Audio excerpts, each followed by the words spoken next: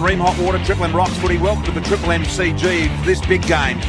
Collingwood home game against Port Adelaide. Looking forward to this. Collingwood can secure third spot, at least for a few minutes anyway, and Port just have to win every game from here in to make the finals. Luke Darcy is with me this Saturday afternoon at the MCG. Darcy, good afternoon. Welcome to you. Great to be alongside you, BT, on a superb winter's afternoon here at the MCG. Sun is shining and looking forward to this. Magpies trying to win 10 in a row. Who would have thought that at the start of the year? Amazing. Genuine chance to, as you said, be top four heading into the finals. Bernie and Duck are with us, of course, and Ash Ture has joined us. Jay is with us as well down on the boundary. Ash, good afternoon and welcome to you for Red Z Lenders. Yeah, good afternoon, BT. As you said, Magpies have won their past 9. 6 out of those 9 wins have been by 7 points or less. But just a concern for Collingwood, they're 17th for centre clearance differential.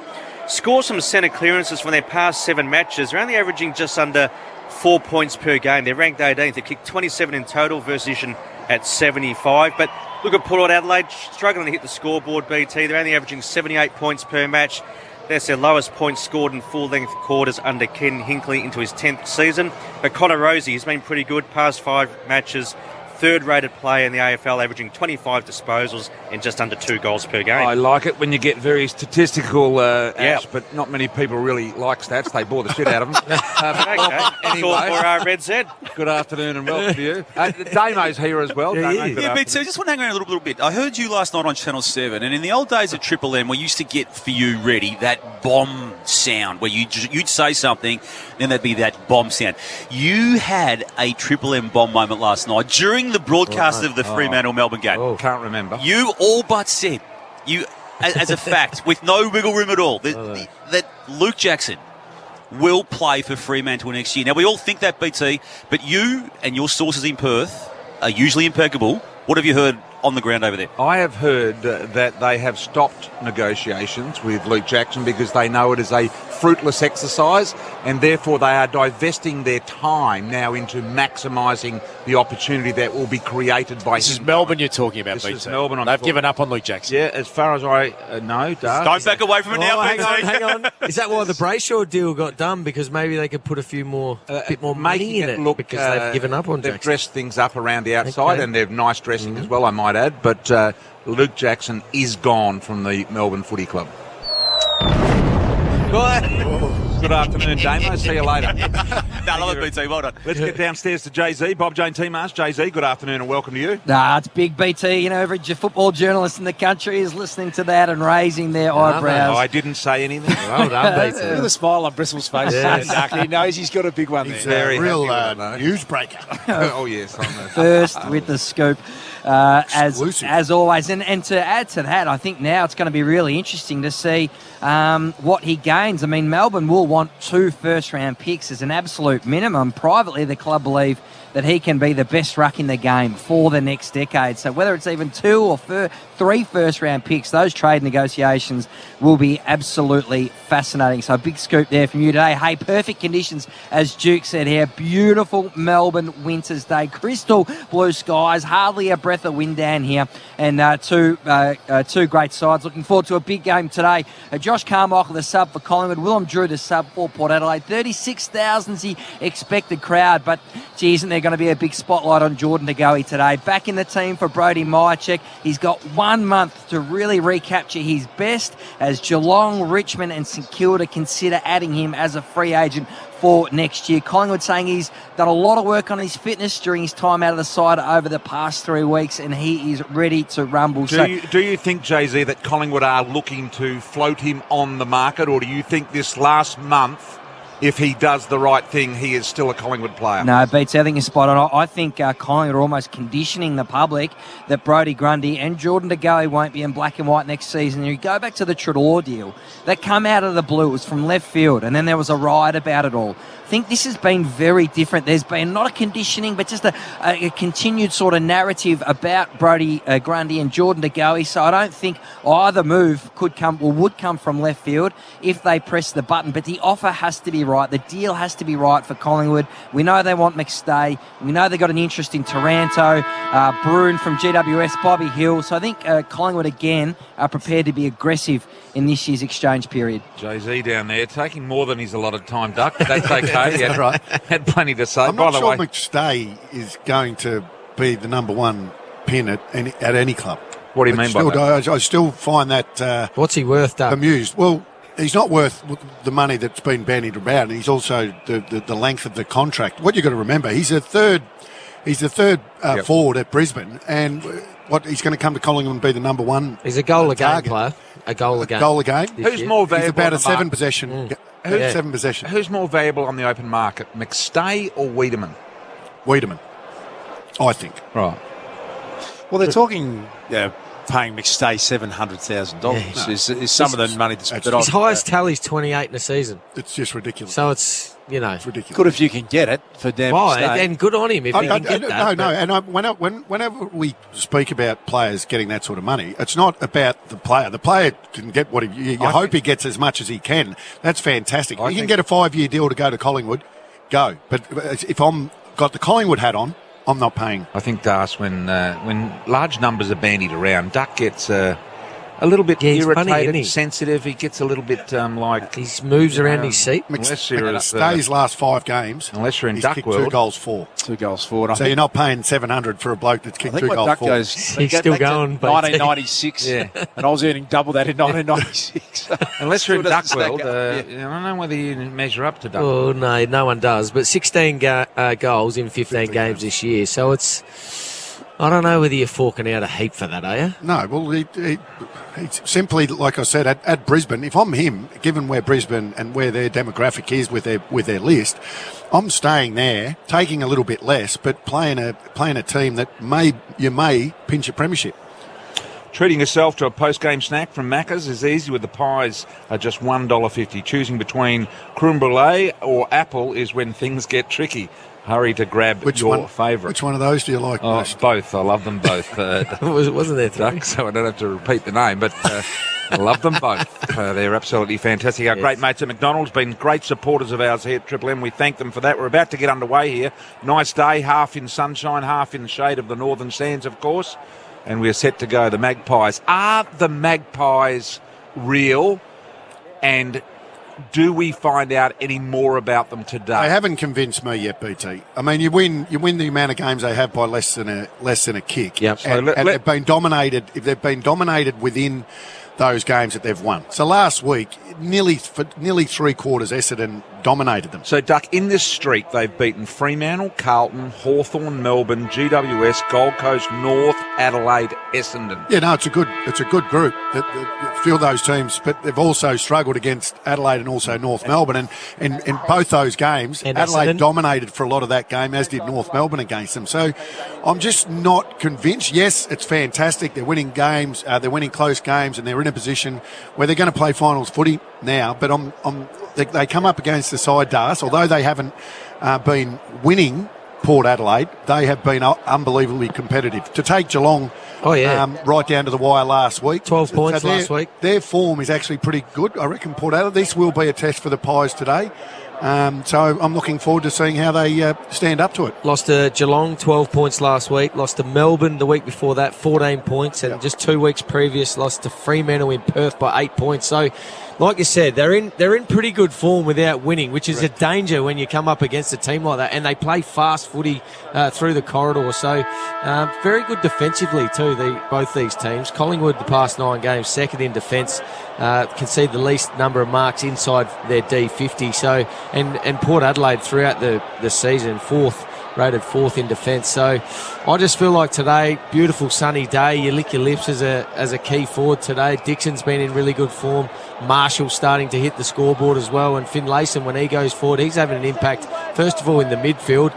Didn't think he was a ruckman to start with, but his follow-up stuff's been really good. Swaps with Dixon up there. So a bit of feeling in this one as well early as we see the players bumping around at half-back there. Games decided by 12 points or less. Collingwood have won 8, lost 1. Port Adelaide have won 2 and lost 6. So that is just an example of how close this is. I reckon we're going to get a ripper here this afternoon from McDonald's and Ream Hot Water. Triple M White Rocks footy. We've got the Duck, we've got Burn, we've got the Chew Man, Jay-Z Clark down at ground level. And BT on a beautiful sunny afternoon at the MCG. Good crowd in. The Magpie Army are loving life. 9 wins on the trot for the Pies. Can they make it 10? I think Port win today, Das. Just got a feeling. All right, Bernie's put his stake in the ground. And we've got a free kick off the ball to start this, and it's going Port Adelaide's way. Yep. Oh, inside 50 against Dacos, is it? It's against young Nick Dacos, I reckon. It is too. Travis Boak gets it. What happened there? Well, that's what I mentioned just for the game. There's a lot of argy-bargy pushing and shoving across half-back, and obviously, we didn't see it. We were looking in the middle of the ground. We have to sound the Harvey Norman, but you can't whack in the back or elbow in the back, and it looked like, to me, that's may have what happened. 15 gone. So before the ball was bounced, Travis Boak, 45 metres out, gets the first kick. You hear what the Magpie fans think about it. Can he kick the first goal? Started at left, got a bit of bend on it. Got it. And there it is. The Port players come from everywhere, and there's a bit more going on. Nick Dacos has gone to ground. There's a bit of push and shove. Another player's gone down, and they're coming from everywhere, BT. They're all involved. A little bit of a jumper punch I just saw thrown then. Don't mind this. That was Todd Marshall, so a bit of spite early, Duck. I love it. What, he's a cool character, Nick Dacos. He did not even get involved in any of that. He got bumped a few times. He just walks away from it, did not give it any attention whatsoever. So now we go back to the middle of the ground to actually start the game. So they're a goal up, Port, before the game was started. 6 seconds off the clock, BT. That's all. Quickest goal in history, Ash, wouldn't it have been? Yep, you're on the money, but Oh, you don't make stats up. I'm a sitting duck, aren't I? That's what. Hey, Pardon the pun. Well, it took 6 seconds, BT. Yeah, well, that's right. Chris Donlan, Andrew Heffernan, Brent Wallace officiating today. Out of the middle we go again. Chris got on the end of this.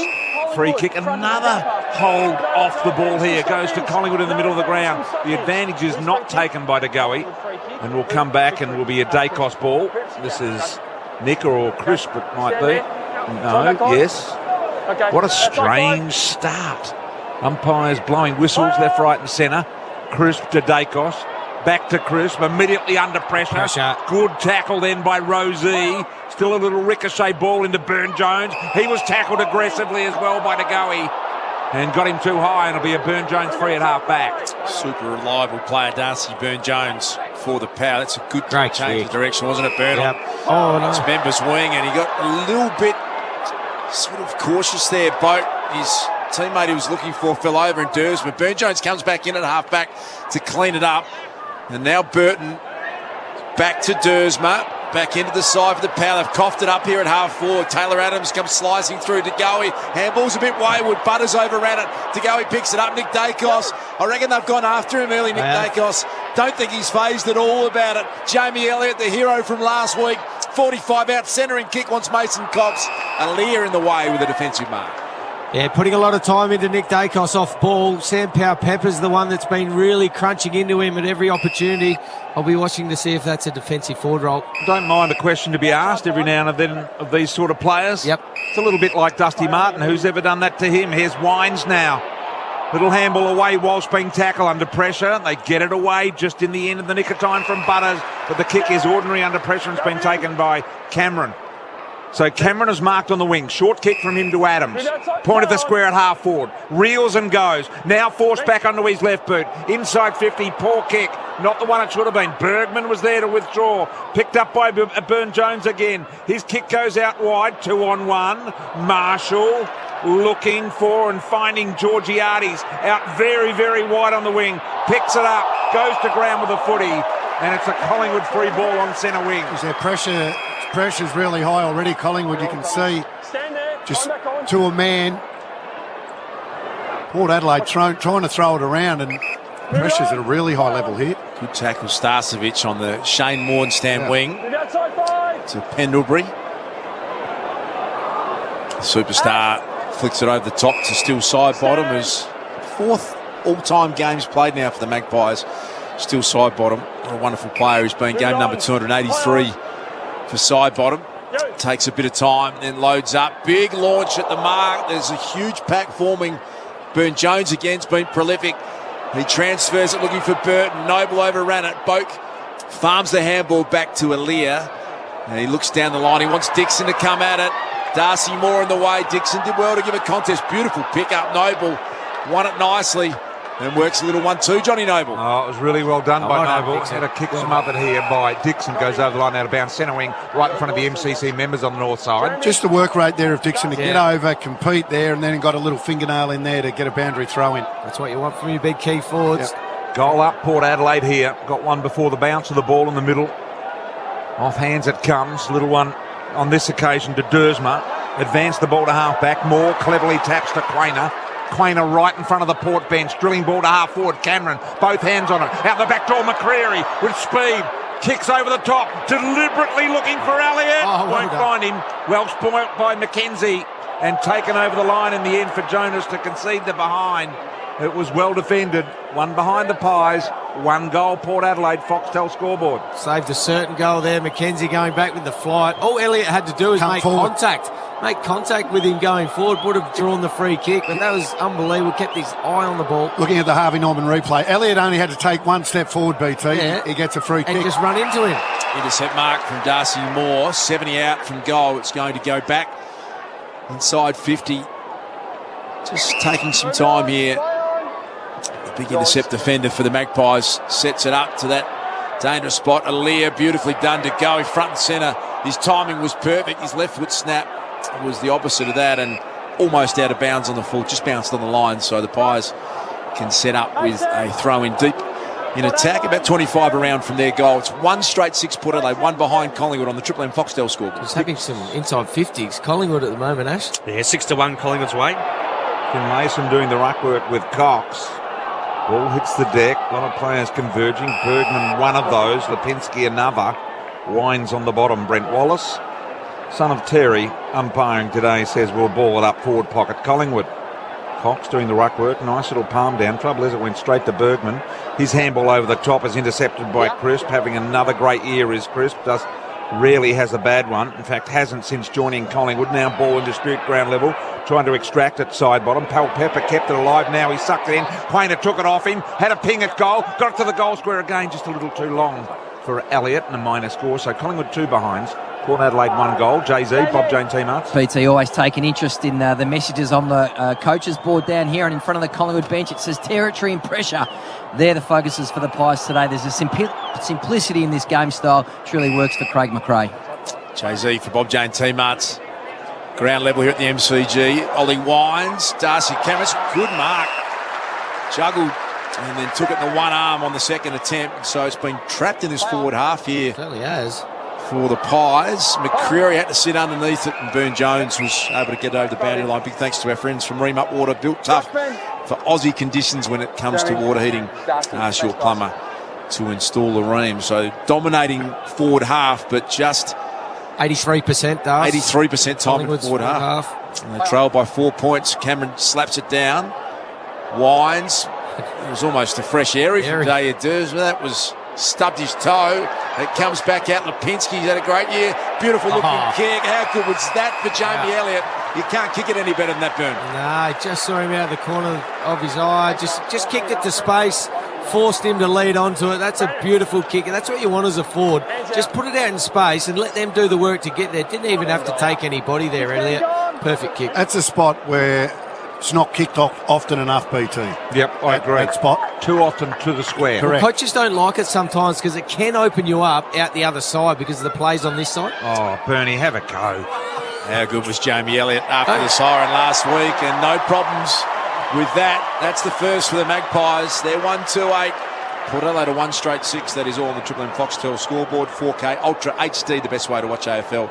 Only available on Foxtel. So you've seen 2 kicks go out to that side now to Elliott. The first one was put out in front of him, and then that one there was perfect. But that's where the space is. It always has been. That is the perfect kick to a forward. That's exactly where you want it.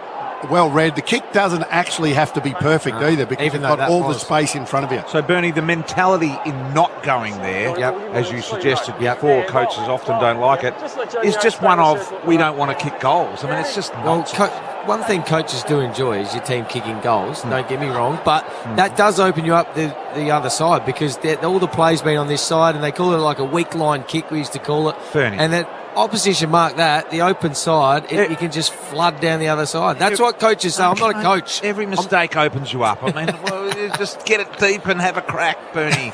Come on, Pendlebury, here he is. Going to go again next year. Got a contract already. Mark taken here on this occasion by the big man forward in Johnson. And Johnson will line up. This guy has added, hasn't he, something to Collingwood's deep forward end. He has, hasn't he? Mid-season pick last year. Extremely confident young man. Little low five to Pendlebury before he even has his shot. Yes. What do you think of that? The high fives before they've actually kicked it. Yeah, Probably not. go. So leave it until you get it through. Johnson from directly in front, 50 metres out he'll kick from. Ball on the way to the city end. It's got to come back a little. It does very nicely. Beautiful goal. He puts both arms in the air and says, yeah, I'm the man at Collingwood now. And Collingwood 2-2-14, Port, one straight goal, Foxtel scoreboard. He's certainly been a great pick-up. 3 goals last week, and again they're just playing in front. The quick snap forward from Pendlebury, just playing in front of Tommy Jonas, and the ball, because it's a snap, it drops quickly and just on the lead. Perfect kick too, went back from 50, and as you said, BT, knows his game, very confident within himself from Sturt in South Australia, mid-season draft last year. Very good. He put both hands up in the air, didn't he? Said, come around me, I'm not coming to you, you get to me. Oh, some good swagger, isn't it? The Harvey Norman replay. That is swagger. Gotta love that. Sign of seeing Ash Johnson live. He's got a bit of presence about him. Tom Jonas, the captain, is his marker at the moment. So the Pies have dominated forward half and now have an 8-point lead on the back of it. Finlayson jumped straight over the top. They're going to get a clearance through Wines, Port Adelaide to Rosie. Good hands in front of Quainer. Connor Rosie keen to get it moving. And he's happy to bite off that 45-degree kick that Bristle wants. Open up the face a little bit more. Crashing through, trying to find a way was McEntee, but the Magpie defence have, initially, but they've coughed it up, and it lands with Finlayson, who got the centre clearance, and Jeremy Finlayson kicks a goal right against the flow of play. And that was a bit of something from nothing. Some forward pressure caused it. The Port Adelaide Power get their second goal, and they go to 2 straight 12. Collingwood 2-2-14. That is all on the Triple M Foxtel scoreboard. Yeah, well, Finlayson gets the goal, but it's Marshall. Oh, yeah. I mean, just the chase down, the pressure that we spoke about, that was absolutely brilliant from your key forward. He's really grown this year. He has.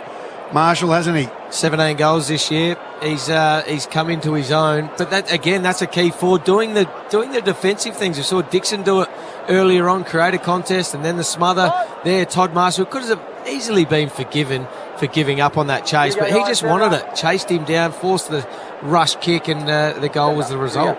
Being very good as a forward and now as part-time ruckman as well, doing the job in there for Kenny Hinkley. Dixon and he share those duties.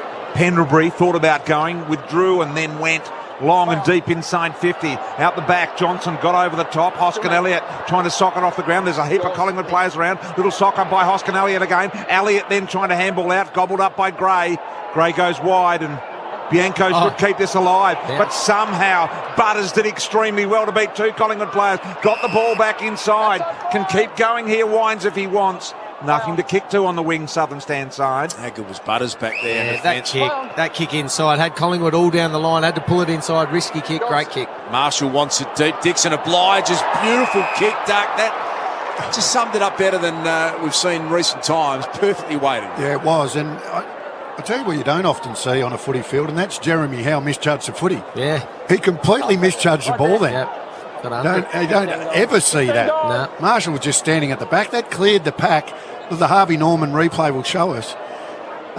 It was just, it was a good kick from Dixon, as you said, but see, Howe just ran under it. Elite goal kicker, Todd Marshall, 38-11 for the year, directly in front. It's a beautiful action, and he makes no mistake. Todd Marshall, Port Adelaide have got 3 straight. The Magpies are 2-2-14. And they get a couple in a row, Port Adelaide. That is all on the Triple M Foxtel scoreboard. That's 35-9 now from set shots, Das. 35-9 from set shots. Good. Beautiful very set good. shot. Very good. Not much can go wrong. Makes a difference. Runs straight, kicks through. It adds so much to a key forward, the ones that can kick goals like that, because You've seen key forwards miss from there, even closer, and you'd probably forgive him, go, oh, well, he hadn't got his kicking boot on today. But what about that kick as we see on the Harvey Norman replay? Zach Butters that pulled it inside. I was looking down the line, had 2 Collingwood players, and the third player over was going to be another Collingwood player, just out of the corner of his eye, pulled it inside, and that created that goal. Bernie Vince there on the Seabus Super Specials alongside Wayne Carey on Triple M Football. Ready to go back in the middle, umpire Brent Wallace to bounce at Cox, wanting to do the ruck work here with Dixon.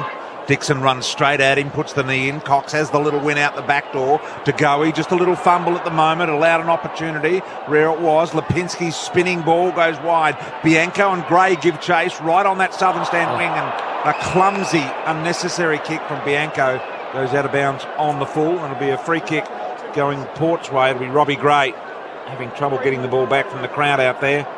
Couple of mistakes now from Bianco. First one set up the Finlayson goal, and again rush there, kicked on the full. Good pressure from Port Adelaide. Here's Rosie from just forward of the wing. Just a shallow entry inside 50. Up they fly, no winner there, and a wide one as well. Lipinski tackled by Bergman, clumsily fell forward and will have a ball up. Deep in attack, the Power. They lead it by 4 points. Started well. Noble under more pressure. So Port's small forwards and their key forwards have been working hard to keep it in. Marshall went after it. Quainer over the top a little clumsily. This is Burgoyne on the non-preferred. Back in board, Lipinski. Clever kick, and then went with the standing check side. Put it into the lap of Hoskin Elliott. And he goes short and wide to Bianco at half back. Another one. Yeah, he's picked out a 50-50 target. Probably wasn't on. Burne-Jones ushers it over for a boundary thrown on the outer wing. Shane Warne stand side here at the MCG. It's the Pies trailing by 4 points. Just looking at our Harvey Norman screen here. Those that are shooting the game today look like it's coming from the Skylab up there in space. They're that far away. But other than that, it's all going good. Little knockdown here. Jonas overran the footy after being confronted by Elliott. Little handball comes to Lipinski. Collingwood go forward. Ginnivan, who started the day on the pine, couldn't stop it going over the line, out of bounds on the full. Free ball will go the way of Mackenzie back into the side for Port today, along with Dersma and Jones. Bergman fight his way back into this side. Miles Bergman back to Burgoyne. Nephew of Sean, son of Peter. Great to see another Burgoyne playing for Port Adelaide. Over the head of Wines, but the mark has been taken by Jed McEntee in his 7th AFL game, mid-season pickup in 2020, played for Sturt in the Sandford. They've had a good patch here. Have Port Adelaide kicked the last 2 goals. They go down the line looking for Marshall. This time Howe got his timing right. Sold into some trouble were the Magpies. To go, he couldn't quite handle it. Now it comes back to Bergman, who sends it long down the line. Dixon, the target, off hands. Lurking with intent was Pau Pepper. Boat picks it up. Pau Pepper's out the back. They got numbers out everywhere. And Amon thought about going over the top. Probably should have. 35 out directly in front. You've got to go back and kick that. The pressure, I'm not sure who it was running back there. Murphy was running back. So the kick would have had to be perfect and low and hard. So take it upon yourself. Go back and kick it. Yep. So just 5 inside 50s. This could be for 4 goals straight, Port Adelaide. 11 inside 50s to Collingwood. He's a 50-50 chance. Directly in front, Carl Amon has made the goal. He just snuck it home, and so 3 in a row to Port Adelaide. Carl Amon kicks his first, and Port Adelaide have snuck out to a 10-point lead. 4 straight 24, Collingwood 2-2-14. That is all on the Triple M Foxtel scoreboard. So the vision of Boak, that goal comes down to that. Dixon once again doesn't get a stat, but just brings it to front. Yep, compete. Geez, that's good vision.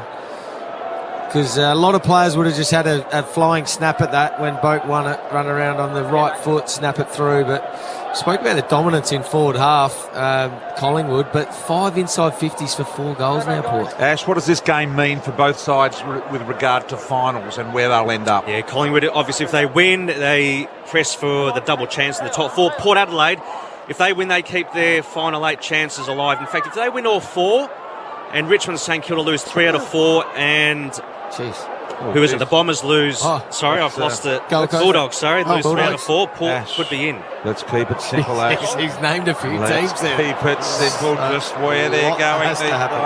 Long ball forward for Collingwood. A little bit of a hand and a block. And a free kick will go the Pies' way. Look at them claiming it. Cameron's claiming it. Johnson is claiming it. And Johnson just put up both arms and said, bring it this way.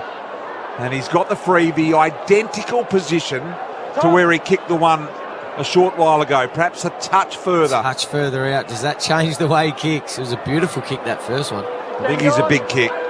He's going to get close to the man on the mark. You can tell already.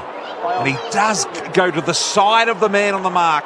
Kick is on the way, and it's offline minor score. So Collingwood 2-3-15. Port Adelaide 4 straight 24 on the Foxtel scoreboard. 4K Ultra HD, the best way to watch AFL. Only available on Foxtel. Still 8 minutes remaining in this first term. The MCG. Burn-Jones had to do well. Put the 1 mid up from the fullback kick in. Took the mark. Out to Xavier Dersma. Shane Warne stands side. Dersma's popped that out of bounds on the full under no pressure. Over the fence. 1 foot on the line. Back 5 metres. Unusual skill error.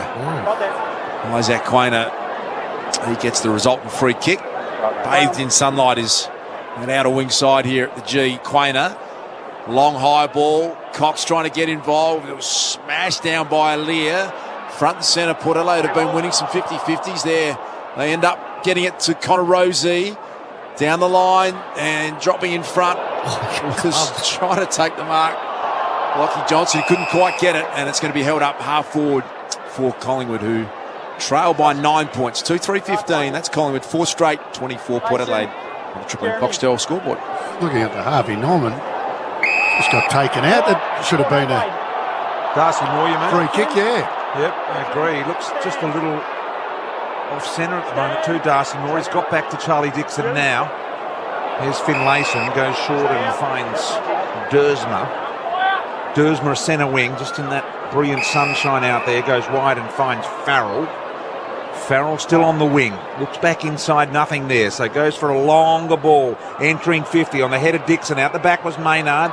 Seen much of him so far. Dacos, handball, straight to Rozee. Rozee to Butters, out the back now Moore. Wants to switch to the northern side. Kick's got to be perfect to Bianco, and it was. He literally threaded the needle. Bianco has had a couple of nervous moments in this first term. Got run down from behind by Marshall, so he decides the conservative kick down the line is the go. Lockie Jones, timely fist, Robbie Gray. And the look-away handball was good to Carl Amon, tracking the boundary line. That will have to be perfect. Not a bad effort with the drop punt, just to the near side. And that is the first minor score for Port Adelaide, 4-1-25 to 2-3-15. 10-point lead to the Power and the Triple M Foxtel scoreboard. Had to avoid the umpire then as well, Carl Amon. So they've really got some spirit here at the moment, Port. Duck said they were in good nick. Little handball comes out the back here to Finlayson. Left footer, deep forward bound ball. Jeremy Howe marks. Top of the goal square. Little tip kick. Here comes both the interceptor. Took it off Nick Dacos. They bump into Dacos. They blame him for it. Charlie Dixon goes up, taps him on the chest and says, mate, it's going to be a tough day for you. We're after you. And Boak with a set shot from 25 out near the boundary. It's been a sort of shaky start for Howe. Yeah, it has. Ran under one and turned that one over. And he took that kick out as well, which was a straight turnover back inside. Boak around the corner. You've got to stop talking at some stage, Bernie. And that is just a one-pointer. 4-2-26, Port Adelaide. 2-3-15 on the Foxtel scoreboard, Bernard. Well, am I allowed to talk yet? Yes, go. Oh, I'm done. Triple M Seabass Super special comments. Seabass Super making hard work pay off. That's Bernie Vince. And you've got Wayne Kerr in the back row all over it. Ginnivan, I called his name true man, I don't think, so far in this game. What's he done? He's Statler Stas. What about this? Maynard got in there. He's given him one. He's got a headlock. Elliott's in another. DeGoey's there. Mason Cox can't actually see what's going on. And a 50-metre penalty as well. Jeez, it's on. On the bottom. Pal Pepper comes in with DeGoey. Off the ball. Number twos go at it. They're shaking and shivering each other. And it's just a little up and down here at the moment at the MCG. The end result, though, Bristol, is a gift to Port Adelaide. Jeez. Right to the goal line. Travis Boak can't miss from there. And there's still some... Maynard's still giving it to him, walking alongside him in his ear saying... He'll give it another 50, mate. You're kidding, aren't you? Boak's and everything. Hasn't he? So he gets ushered to second goal directly in front, 8 metres out. Travis Boak. And so what a start this is turning out to be for the Power. 5-2 they are now. 32-2-3-15, and there's been spot fires. Boak kicked the first goal before the ball had even been bounced on the back of some of that. So Port Adelaide enjoy a lead of 17 points on the Triple M Foxtel scoreboard. It looks a little bit uncomfortable too, Boak, looking at the Harvey Norman. He keeps pointing to his neck. But looking at the Harvey Norman now and what sparked it. So he's copped a real heavy one. And then his neck's got caught under. So I reckon he's, and look at Maynard, who's got the jumper wrapped around his neck. He might come off Boak at some point. He doesn't look comfortable. They're two separate fights. Did you see Mason Cox Jack in the box style? No, I didn't. I was standing on the mark, so he crouched down, BT. Oh, he went Jack in the box. And then did the Jack in the box. How did that go for him? Jump up. Well, he didn't touch it. We'll watch that. This could be a new tactic that he's got in employing. He likes to go the man on the mark. It's one of those skills that he can employ. And here's a kick forward, and Dixon takes a mark. Bit of a nudge there as well, but Dixon's got away with it, and they are lining up for 5 straight. They have shocked the Pies here. The Pies are in shock mode. The Dacosses are being attacked, particularly Nick, and they're just not sure how to handle this at the moment. Dixon to make it 5 in a row and a lead of 23. 35 metres out, punt road end. Charlie Dixon as straight as an arrow. Port lead by 23. 25 minutes into the first on the Foxtel scoreboard. Geez, you love that from Port Adelaide. Everything on their terms at the moment. They're, as you said, BT, they're attacking key players from Collingwood. Nick Dacos, he hasn't had any sort of pressure like this at all in his career so far. It's all been just easy for him off half-back, picking up touches. This is a different element to AFL footy. He's a challenge he's going to have to deal with, and if this works, what teams will do, they'll see this and they'll go, well, we're going to do this as well. So he needs to embrace it, just focus on what he's good at and get back to what he can do. Burn asked Duck, Collingwood fans unhappy. I love that adjustment, the rule. He was just too strong there, Charlie Dixon. He was in the side. It was, he had his arm under his armpit almost, and you're right, pushed him off the footy. But Boak involved again. It was Boak to Wines out of the middle of the ground. Port Adelaide 23-point lead, 4 minutes remaining in the first term. And so the Pies fans are restless here at the MCG. It wasn't a free though, I don't know what these. No, it was just a show of strength. Charlie Dixon out-muscled Darcy Moore. Pies get a free kick. You can hear the response to that. Just been a little bit harder, the Port Adelaide team for mine so far. Georgiades did well to get back down, slapped forward by Starcevic, got it to the 50-metre arc, but the power numbers are there. And Georgiades worked hard. They're going to work it through to the hands of Dersma. Dersma, a little handball goes wide, and here they go, Port Adelaide. Burgoyne was streaming down there. Involved was Jones, and now Burgoyne, the little finishing kick is good to Amon. Amon off one step, and there's a whistle downfield. It'll be a free kick going against Murphy. It's Marshall. Marshall's got the free, 35 metres out on a pretty tough angle, and will look to make it 5 straight for Port. Butters was switched on then. He could have grabbed that footy and run into an open goal. Taken advantage. Yeah. We've got the straight kicker himself in Marshall here. What's he got, Ash? Set 35-9. 35-9 from set shots. Okay, that might be all, but that'll probably work out to sets as well. No, that's just sets. Okay, thank you, Duck, being really assertive. Because he's got a set now. 35 metres out. And boy, they're grumpy down there, and so are we. And it's a minor score there for Port Adelaide. So 39 plays 15. Jay-Z. BT Duke said before, a couple of nervous moments for Trent Bianco. Well, I think Craig McRae agreed with him as the youngster came to the bench before. Craig McRae straight over to him, just asking for a bit more composure from the youngster. Jay-Z for Bob Jane T-Marts. Bob Jane T-Marts look after you. Buy 3, get 1 free. Instant cash back on top tyre brands. Call 13 26 25. You can order online. The Power go inside 50 again. Lockie Jones is held up about 40 metres out from this punt road end. Dixon was outnumbered again, but brought it to ground. He's competed well, Charlie Dixon. Takes the forward ruck throw. Robbie Gray. They get the hands free. Play on's the call. Starcevic fighting for it. Brilliantly done. Boat got it to Wines, who's gained 30 metres, but attacked the boundary line, and No insufficient intent paid, Duck. That was as deliberate as you'll ever get. Deliberate, come You on. watch some and you just go, well, why did you pay that? And then he does that. Yeah, he eyeballed the line and he found the line. Cameron, beautiful to Dacos, shrugged the tackle. A look-away handball by Quaynor. Got it wide to the other Dacos, and that is Josh. Now it goes to Murphy. Murphy, long ball out. Can they keep going? Lipinski, handball to Goey. He just backs up for a middle. Horrible little left foot kick along the boundary. Picked up by Alear, who attacked the footy. Port Adelaide have come to play, but he's kicked it straight down the throat of Dacos. And Dacos settles it just forward of half-back on the southern stand wing, Darcy. This is Josh, who kicks it to a 2-on-1. The 2 of Port Adelaide. That was easy pickings for Jonas. So they've lost a bit of their composure, the Magpies. Just got an appetite for the contest at the moment, Port Adelaide. They're just hungrier for the footy. They're playing like a team that can't afford to lose, that have to win. The board holders on the bench. Port had up 2 minutes to go. Collingwood had up 3, and he looked across at Port and he said, I think you're right. I'll change mine to 2. Here come the power again. The kick looking for Dixon. Look at that. It was Josh Dacos again. Strong tackle pressure. Have you got a pressure rating for me, Truman, on the Triple M Red Z lending stats? Port Adelaide 179, Collingwood at 165. But the Magpies have only laid 4 tackles. They're second in the AFL for tackles this year. 39 plays 15 in favour of Port Adelaide. Lipinski's taking a nifty little mark at half-back. There's a minute and a bit to go in the quarter here. The little kick over the top to Chris. The long handball to Pendlebury. Pendlebury, the little short one back to Cruz. Full of surging run. Low ball inside 50, not great. Alear, front and centre. Ginnivan kicks. Goal. Collingwood get one late.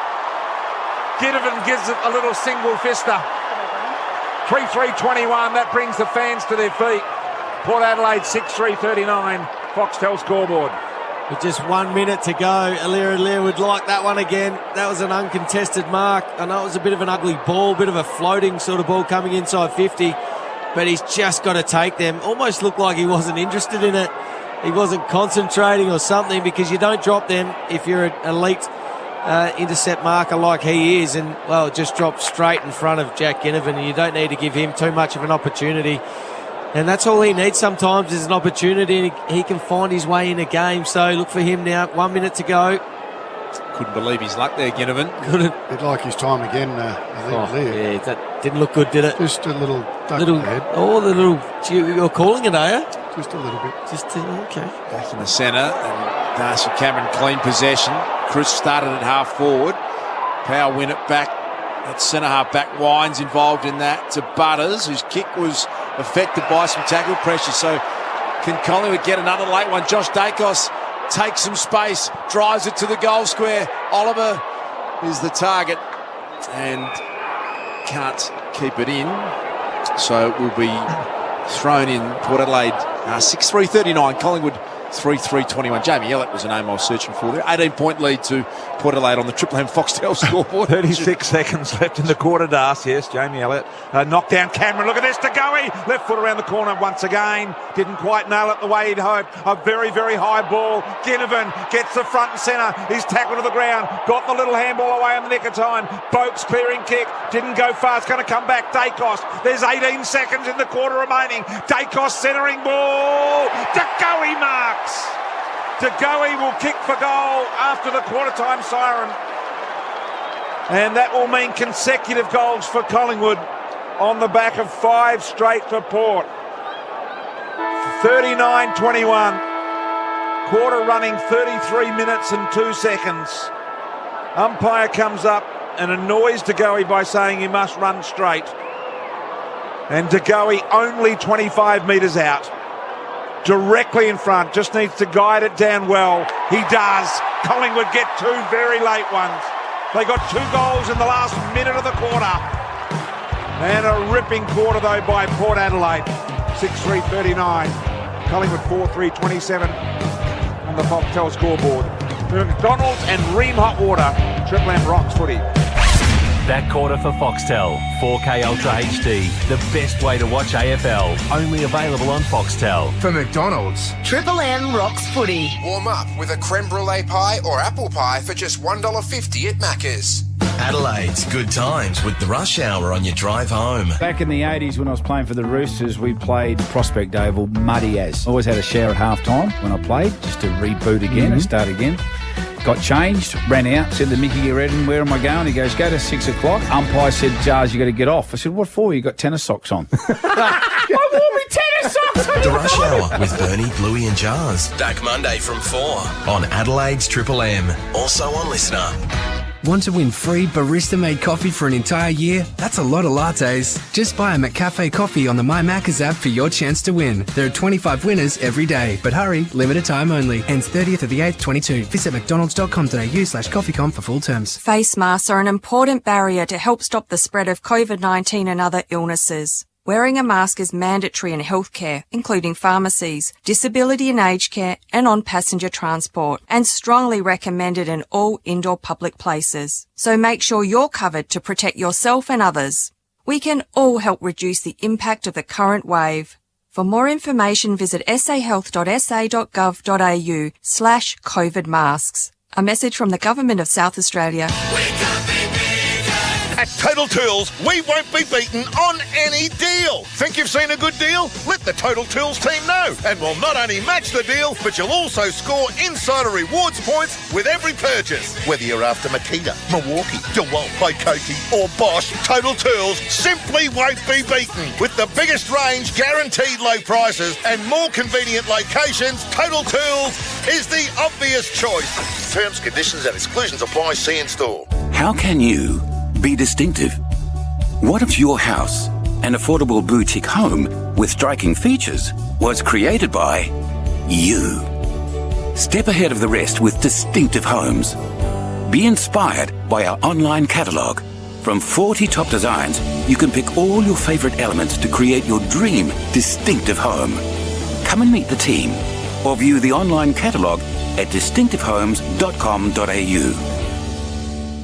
There's more value at Coles with $20 off when you spend $250 or more online. Just enter the code VALUE20 at checkout. Shop now at coles.com.au. Coles. Value the Australian way. Offer ends August 2. T's and C's apply. For genuine clearance prices, get into Beaumont's clearance outlet now. Get up to 50% off bathroom wear and 600 by 600 floor tiles from $14.95 per square metre. With clearance stock ready to go, rush into Beaumont's clearance outlet Richmond.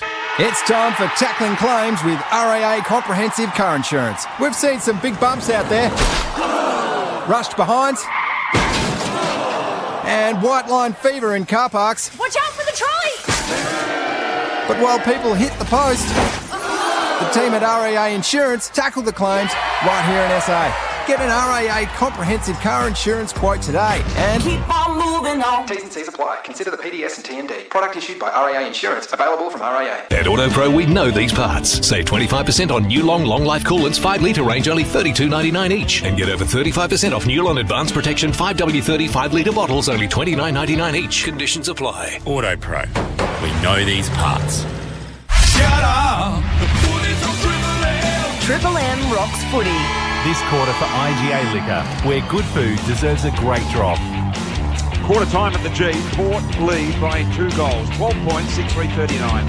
Collingwood 4-3-27. Ash, Red Dead Lenders. Trevor Smoke, number 1 ranked player on the ground, 10 disposals and a couple of goals. Jay-Z for Bob Jane T-Marts. Bob Jane T-Marts look after you. Buy 3, get 1 free. Plus instant cash back on top tyre brands. Call 13 26 25 or order online today. bobjane.com.au, Jay-Z. BT, I think as you call Port Adelaide filthy with these last 2 Collingwood goals, Ken Hinkley was right in front of me, and didn't he have some choice words to describe some of those lapses? He was absolutely furious with those late Collingwood goals, but it does feel like here at ground level that Port Adelaide wants to keep the ball off Collingwood, not get caught up into that manic chaos game style, that high pressure they know that Collingwood are very good at. It seems to be more like a keepings off sort of a game style from Port Adelaide. Not sure what the uncontested marks say, but it's clearly at ground level a more uncontested game style from Port Adelaide at the moment. Very nice work, Jay-Z, at ground level. Seabus Super Specials, Duck. I thought Jay-Z was given the specials. No, well, he does. Stats and everything. He's very good, by the way, Jay-Z. Good, we know that. I tell you what, really impressive from Port Adelaide. And the 2 late goals, they'll be really disappointed in that because they dominated the second part of that quarter, Port. As we're just going over again BT, looking at the Harvey Norman, and they're just saying the replay of that free kick to Travis Spoke. And, he still does not look 100% fit. No. But really good game of footy, BT. We thought it was going to be an open game of footy because of the way these two play. 10 goals in the quarter. It was good.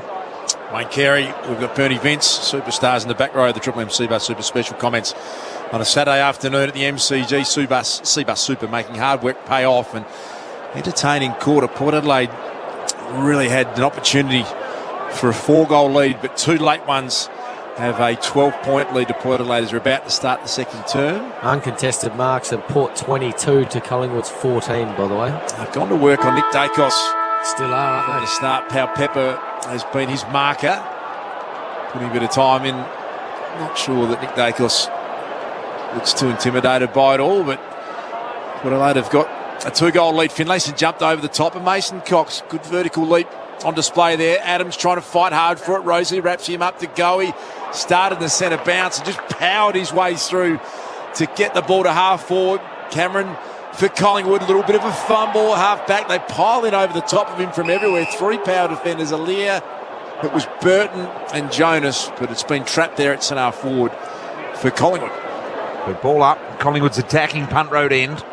Bathed in sunshine here at the moment. Wines with a little takeaway to the middle of the ground. Cox went to spoil with a fist and actually missed the footy.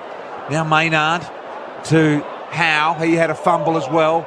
Dixon somehow to Boak. Boak advancing the ball. Moore's got to go. He did. He had a little slippy, but he was able to take the mark. That came off the instep and wasn't great, but still McCreary able to run it down on the wing. Handball to side bottom. Well done by Butters. Got it. Side bottom now applies the tackle and held the ball in. No prior. And it'll be a ball up right in front of the Port Adelaide bench here on the northern side. Well umpired. Yep. It's one of those duck tackles, isn't it? Ducked into it. Play on. Well done. Umpire Brent Wallace down there always does an outstanding job. Wines is kick smothered by side bottom and it ricochets off side bottom's hands out of bounds right in front of the interchange race. MCG members wing side of the MCG. PT said it is a beautiful winter afternoon here in Melbourne. Good game too. Port by 12 points. Wines too strong for Taylor Adams to Rosie, who runs full distance and then pulls the trigger. Good kick, good composure, and thought his way through it nicely. Jed McEntee on the end of it. Yeah, I'm not sure it was meant for him. No, it wasn't for Dixon, wasn't it? Yeah, Dixon slipped over, but still he had the right idea, put it in hard and low, and he's having a little bit of an influence too. Rosie, numbers 2 men. He's had 8 disposals. Jed McEntee, 7th game, looking for his 2nd goal in the big time. He's snuck it.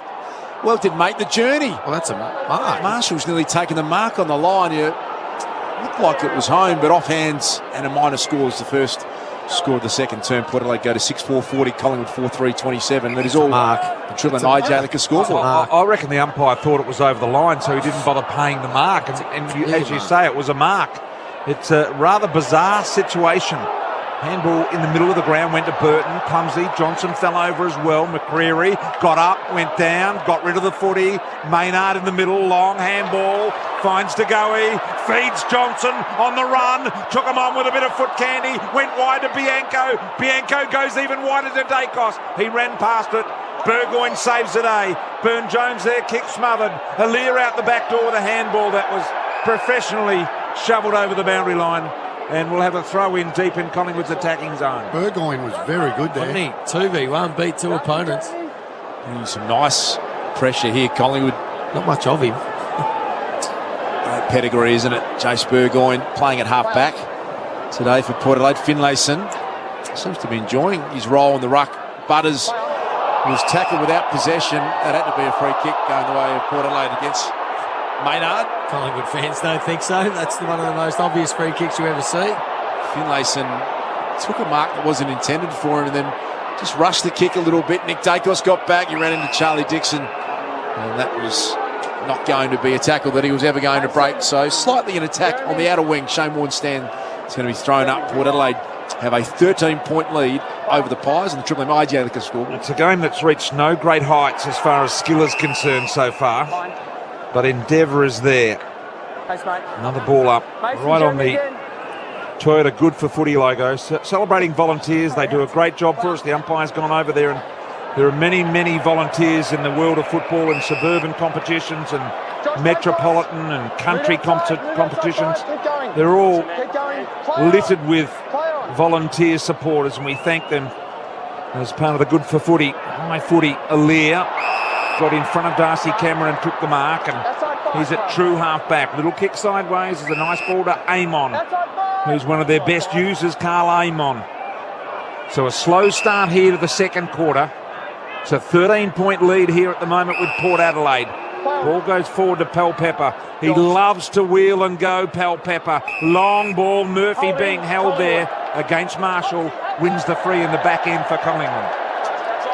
Duck and Burn, have you seen Pepper and Nick Dacos? Sounds like a very clear target, doesn't it? Yep.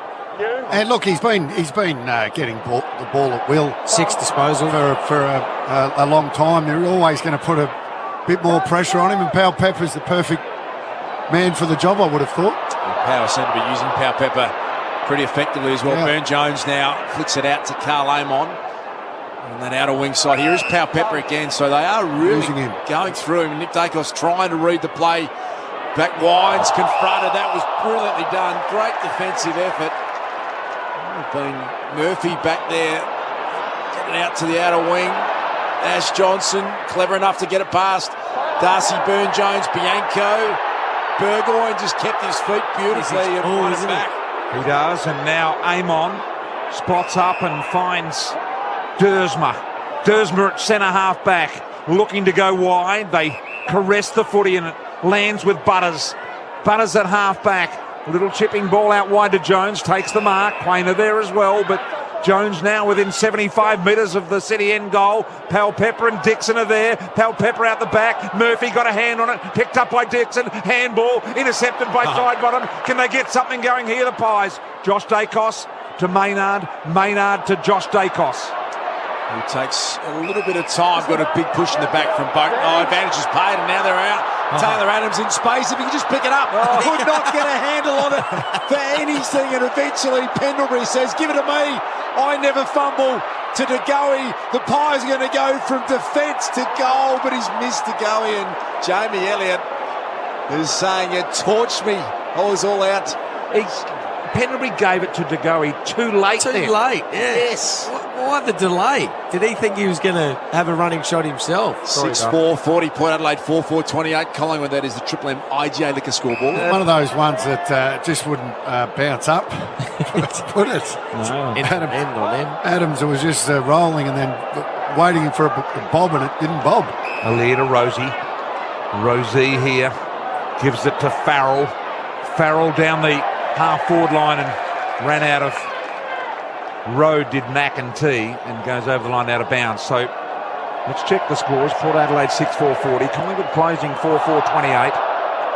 Crowd getting a little impatient here with the, I guess, average form that Collingwood is showing so far. Haven't got the roller coaster together yet. Here is Elliott being tackled. Then we'll have another ball up. Umpire wastes no time. Chris Donlan. Mason Cox down the throat of Adams. Big Cox, well done. Pendlebury, sneaky handball. Crisp. Little sideways ball here to Johnson. Johnson's in between two. Steps on the gas. He was being held. No free. Gee, that's going to send the Collingwood rabble into an absolute frenzy here. They won't like that. Quainer's got to win the hard one. Couldn't do it. Dacos with the soccer off the ground. Lands with Elliott. Jamie Elliott has got a chance 60 metres out. Got the lead from De Goey. Beautiful use. And a spinning, pirouetting mark taken by De Goey. 35 metres out. No angle to worry about. Jeez, couple of nearly free kicks.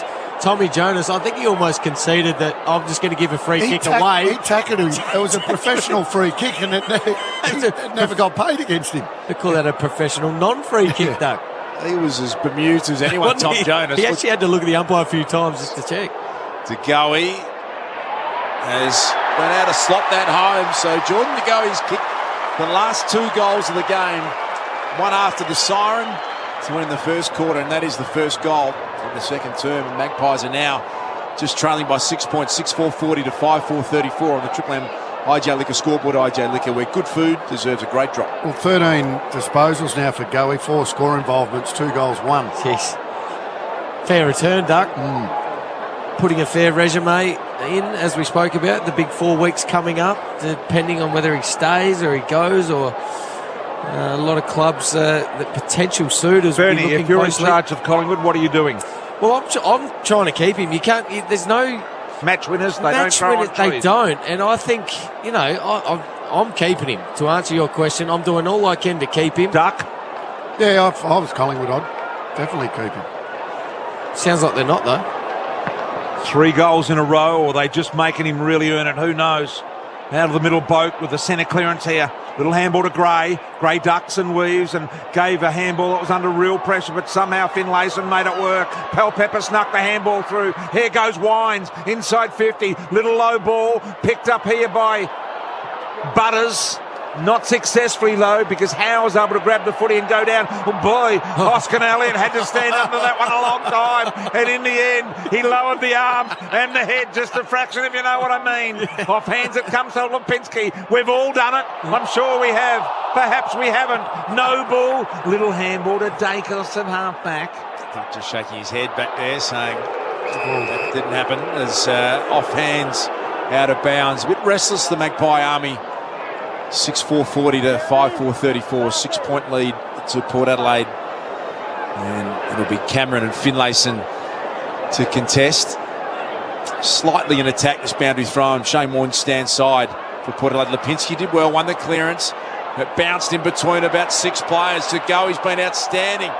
Johnson trying to work his way through, picked it up nicely, and now Hoskin Elliott gets a chance to redeem himself. Got a shocking bounce, went back to get it. Aaliyah confronts him, Burton overran it. Through it. Still a live ball. Ginnivan diving, he's dragged that under, I reckon. Ginnivan gone. Had to be gone. If it goes anywhere near, it's a free kick against. We all knew it was coming up, we just didn't know how. Umpire couldn't wait to play that whistle then. How long will the penalties go on? Does he got to suffer another 6 months of this just to break even for all of the past misdemeanours? We're not sure. Robbie Gray, it's something that the umpires will decide at the next meeting. Butters, little centering ball here to Bergman. And now he goes wide, looking for and finding Dersma. Dersma plays on with a little itchy chip over the top to Rosie. He takes the mark. So they're surging forward here, Port Adelaide. The all or nothing into the pocket. Finlayson couldn't mark over the top. Out the back door to Cameron. The smother by Pepper. Results in a behind. So 41 plays 34 in favour of Port Adelaide on the Triple M IGA Liquor scoreboard. Approaching the halfway mark of this second term. Quick release from fullback. Here's Howe. Here's it out wide to Dacos. Takes a couple of bounces. Might think about a third. Dixon gave chase. That's a good ball. Johnson in really good shape there. Too good for Jonas. Ash Johnson's been impressive. 60 metres out. Too far out to score, I thought. Pretty confident young man, as we've found out after a debut a couple of weeks ago. He's a genuine goal kicker. Sets this one up. Mason Cox trying to get a run at it. Out the back, Rosie. He's been pretty prolific, two-man, Connor Rosie. 14 touches. Done pretty well. Bergman got the give and go. And now goes to the wing, and Moore in front takes a strong mark, despite the spoiling attempt of Pepper. Darcy Moore. He's got just a touch of soak up the moment, Darcy. I'm on TV. I was wondering what was coming next. Yes, he has. Yeah. He likes it, and he's very good, and he deserves it. Moore, long ball. Here comes Big Cox. Went up, couldn't hold the mark. Butters was there as well. Knocked down. Elliott was caught absolutely cold in the tackle. And let's get downstairs to Jay-Z for Bob Jane T. Marks. BT Port's Darcy Byrne-Jones rolled his ankle on the outer side a couple of minutes ago. He's gone downstairs for treatment. Copped a couple of Panadol, or taken some. Hopefully just a re-strapping. Just having a little trouble getting his words together down there, Jay-Z. Did he cut himself off there. I don't think there are any technical problems. I just think he had a dose of the gibbery. Just gave up. He's had a meltdown, Jay-Z. He gave up. Is he okay? Does someone check on Jay-Z and make sure everything's okay? Can we see him? Have we got a location on him? Bob Jane teammates. We'll see Jay-Z all okay down there. That was terrible, wasn't it? It doesn't get any worse than that. Taking a couple of Panadol, how hard is it? Yeah. Free kick to Collingwood at half-back. It's going into the hands of Nathan Murphy. I thought he was having some sort of brain malfunction down there, Jay-Z. I think he tried to Germanise it. To set a few words. Johnny Noble tracking the Shane Warne stand side of the MCG. That's a good kick, and Hoskin Elliott's going to play on. Here come the Magpies again. Will Hoskin Elliott. Not a great kick. It's going to bounce out of bounds in attack. Collingwood, punt road end. Port Adelaide have a 7-point lead. 8 minutes 49 remaining in the second term on the Triple M IJ Liquor scoreboard. Boundary throw in forward pocket here, deep for the Pies. Cox will do the ruck work. Opponent is Marshall. Cox with the front. Knocked it down. Ginnivan there. Oh, he went low. He got one high. And the umpire said, "You've got another year to go yet, young man. We ain't giving you a thing." And the free kick will go Robbie Gray's way. He did go down. He sort of it's like he's having a stroke with the arm. He sort of just went, oh, and he just sort of went funny. And nothing coming his way. Boy, he's got a long sentence. Now Jonas Marks at half-back. Probably the wrong description. Shouldn't have said that, but Jonas on the half-back line. He was crossed the ground. McKenzie now has got to go after it. He played it well, Trent McKenzie. And a good story coming across from the Gold Coast, playing that key defender role. He's found his spot back in the side. Here's Burgoyne. You just see some class when Chase Burgoyne gets hold of the footy. Xavier Dersman now. Long, high ball. Dixon. Marshall trying to get involved as well. Ground ball to be won. Nick Dacos back there. They are attacking hard. The Port Adelaide forwards. They want a holding the ball decision. It's not forthcoming. Jagged it in.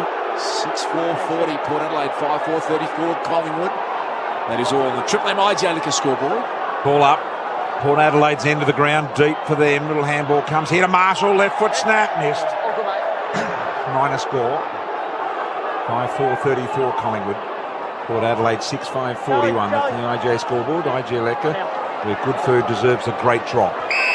So Collingwood will kick the ball back into play. A momentary lull in play here as Nick Dacos looks to just get a little stat here, Ash, as he'll play on from fullback. Nick Dacos, 7 touches. Hasn't had much of it today by his standards, lofty as they are. Cox, while Cameron was doing the work, Cox comes from the side and rear and takes a nice mark at half-back. Mason injects himself into the game. Maynard, kick found Lipinski. Nick Dacos, he just demands the footy, Nick Dacos, and they give it to him. He got dumped after the handball receive. Over to Adams, try to slap it back in play. Side bottom, and Ryan Burton. The ball goes out right to the boundary line in the forward 50 arc meet. An attack for Collingwood. 8-point lead to the Power. And we've got 6:54 until half-time. Thrown in Dixon. Almost a tunnelling free kick could have gone the way of Mason Cox. To go, he wrapped up immediately, so it'll be thrown up on the forward 50 for Collingwood. So 6 3/4 minutes remaining in the half here. Collingwood were slow starters in this game. They're trying to come back. They've kicked 3 in a row. As they go inside 50, searching again. Elliott was able to knock the ball away, went and picked it up himself, shrugged the tackle, gave the handball to Ginnivan around a corner. He goes to the umpire, and he gave him the 50. He said, there you go. Don't need a whistle to get that done. 6-4-40. Port Adelaide 6-6-42. IGA Liquor scoreboard. Oh, bizarre scenes here. A bit of BT about it. Actually, I thought I'd seen that somewhere before. He just didn't have the ball in his hand to throw it at the player again. Oh, I've never seen that before. He's actually kicked the goal and ran straight to the umpire who paid that holding the ball against him about 5 minutes earlier and said, here you go, there it is. He's made eye contact with him and said, that one's for you, but Collingwood right back in this now. kicked the last few goals, and it's a nice snap around the corner. That's what he's good at. Oh, he pointed at him and then fisted him. Tongue out. Didn't he? Said, you don't want to give me a free kick. And now he's down in front of the cheer squad. Port Adelaide cheer squad saying, a bit louder, please. He's getting a standing ovation down there, Jackie Ginnivan. He's got 2 goals. Collingwood got the last 4 goals of the game. And they only trailed by 2 points. Here they come again through the superstar Pendlebury. Aliir defending. Did well, got rid of Chris, picked it up, and he was dumped in a tackle. Might have been unfairly. The advantage is paid to Bergman. Gets it to the wing to Jones. Thought about the handball to Pal Pepper. Decides to go the one-on-one. Darcy Moore. We know how good the intercept marking ability is. Did pretty well, Georgiades. Back to Butters. Marshall was pretty casual in his approach. He found Georgiades, but over the line, out of bounds on the full. So a free kick to Collingwood, and Darcy Moore has it. So Collingwood just starting to come into their rhythm now, starting to move the ball with that sort of Hollywood flash of brilliance through the guts. Yeah, they're dominating centre bounce too, BT. Collingwood 9 centre clearances to Port's 3. More wide, couldn't mark. Jones almost did. Dixon advanced the ball back inside 50 for Port Adelaide and punch out of bound there by Murphy. Throw in, down to you, JZ. BT, I'll try English this time. Travis Bloke has just gone downstairs with the Port Adelaide doctor. He said, I think I've broken my hand. He's got a very, very sore left hand, and the doctor's checking it now. Could be big news down here. That's our man, JZ. Gets right close to the action so he can hear these intimate conversations. And you heard that one there. Boy, no one else knows that. And JZ was just there right on the spot. So another ball up here. Let's hope it's not broken, by the way. Cameron doing the ruck work. His kick was smothered partially by Pepper. Collingwood get a little kick out of the pack and relieve some meterage as Bianco takes it over the line in front of the MCC members. We'll have another boundary throw in at half-back for Collingwood. It was a game high lead for Port Adelaide, please, Two-Man. Yeah, Triple M Red Z, biggest lead, 24 points to Port. Back to a 2-point margin is right now as we're approaching half-time to go over 5 minutes remaining. Connor Rosie's been impressive. Playing more midfield minutes. He's got a good turn of speed.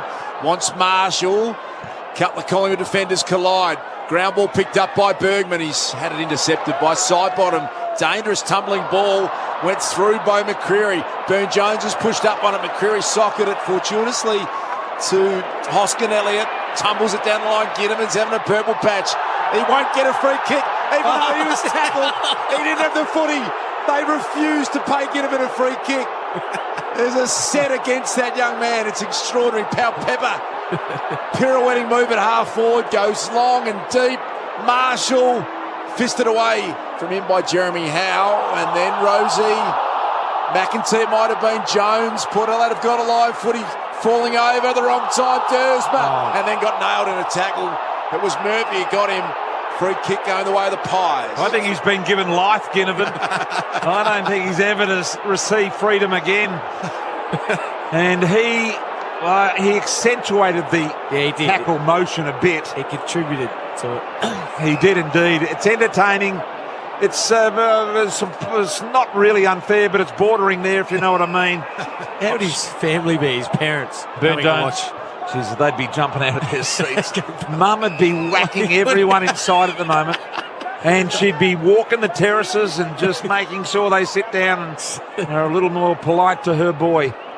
Burgoyne inside 50. It's been a good surge by the Pies, unanswered so far by Port Adelaide. Here's Pendlebury, the old campaigner. Little handball was smothered. Jones went and got it, picked up by Wines. Dacos intercepted. That was Josh. Goes for the boundary line and found it. Gained about 20 metres. Choice Hotels around the ground. Two-Man, what's happening up in Sydney? It's quarter time. Sydney by 19 points over the Giants. So we've got a couple of minutes remaining here until halftime. 3:38, in fact, with a 2-point lead to Port Adelaide on the Triple M IGA Liquor scoreboard. Collingwood with the last 4 goals of the game. Now they're running through Lipinski. Puts it out in front of Hoskin Elliott. That one set up okay. Ginnivan's a chance. It's towards the goal square. Oh, dropped the sitter. Could have got a push. He will never get a free kick, Ginnivan. Never. You can do what you like to him. And it's a rush behind. He'd like to have that one back. Jackie Ginnivan, 1-point lead to Port. 3 minutes remaining in the first half. Triple M IJ Liquor scoreboard. Wow, swallowed that. When he went to complete the second grab of it, there was front-on contact. It wasn't there at the first part of it. but when he tried to receive it on the ricochet from his own chest, and still no free. Well, technically, that's another one. Oh, boy. Goodness gracious me. Look at his mum. Unbelievable. Grandpa, who's 94, has even got out of his seat. He's waving the fist and threatening all sorts of legal action down the track. It has been an absolute whipping of Ginnivan here at the MCG today. Cox right on the logo, out the back as Pendlebury, and stopped and hovered over the footy. Dersma crashed into the back, no free. Umpire lets it go. It goes and goes and goes, and nothing really happening. And a ball up on the wing, and the remaining bit of sunshine at the G is right where this ball up is taking place. We've got 2 minutes 40 remaining in the half. Ginnivan playing genuine full forward at the moment. Alongside McKenzie. The ball's at half forward though for Port Adelaide, and a free kick going the way of Taylor Adams for a throw against Ollie Wines. That's a good-looking kick in front of Chris. Might have just been a bit too... Oh, well played, Chris. That was superb. Just guided it to side bottom. Ginnivan on the lead. He's got it. He's turning it on here. Ginnivan, he looks back at the umpire again and said, how do you want to take this one off me, Bristle? I think he said, was it a mark? It was 15. Ginnivan looking for goal number 3. Could have had 6 if he had a couple of free kicks go his way, and he's shaping with the Stevie J right foot snap. Too far out to be doing that. It's about a 40-metre effort, Duck, so it takes some skill from here. Not really that acute an angle either. So Ginnivan has, as Duck said, just snuck that home. And he points again, Ginnivan. 3 goals in the first half, and that, for Ginnivan, has given the Magpies the lead for the first time in this game. Well, maybe since the first quarter. 47-42. 5-point lead at Collingwood on the Triple M Major Liga scoreboard. That should have been touched on the line. Yeah, that was well done by Hoskin Elliott. He shepherded Alira away. I'm not sure what the other Port Adelaide player was doing, because it was 2v1 on the goal line. We'll have to have a look at the Harvey Norman here, but Hoskin Elliott, well played, because he contributed to that. As you said, Duck, should have been touched. Harvey Norman's just kicking off now. What's this? Yep, shepherded him out. But what did the other Port Adelaide guy just went to ground? 5 in a row for Collingwood to hit the front. 5-point lead. Oh, he's trash talking now. Last minute and a quarter, he and McKenzie. Bit of a push and shove in the goal square down there. Out of the middle comes Finlayson. Got the handball there. Got it off to Farrell, who did a 360 pirouette out of the middle to go. He saw behind play. In the meantime, the ball goes into attack for Port Adelaide. Picked up there by McEntee. Kick out wide, Jones. Murphy got a fist there and smothered it at the boundary. We'll have a throw in deep in the back end here for Collingwood as DeGoey just gets to his feet now. To see any of that, Jay-Z? Geordie DeGoey on his haunches down there. I just wonder whether he might have caught one in the nether region, Duke. Never fun, Jay-Z. Bob Jones teammates. It's still down in the hands of the trainers. Get some Panadol out to him. I think it is a tummy problem. Bianco oxygen related. He's okay. He's waved off the trainers, BT. Yeah. So it looks to be all clear. Minute 14 until half-time. Collingwood, last 5 goals of the game, have a 5-point lead. Close to half-time. Dixon too strong for Mason Cox. Trying to slice his way through Robbie Gray. The kick landed in the lap of the defender for Collingwood, Nathan Murphy, and he takes that with ease and goes short to Nick Dacos. He's becoming a very, very good player, Murphy. He's very cool. Now, Dacos's risky kick. It's knocked up here by Rosie. Keeps it alive, and they have to jump on it, Collingwood. It was an extraordinary kick to go up the middle on his non-preferred, coming back with man pressuring. Results in a ball up. 49 seconds to half-time. Collingwood by 5 points. 20 metres out from Port's goal. Amon tried to get hold of it. Elliott's kick went nowhere.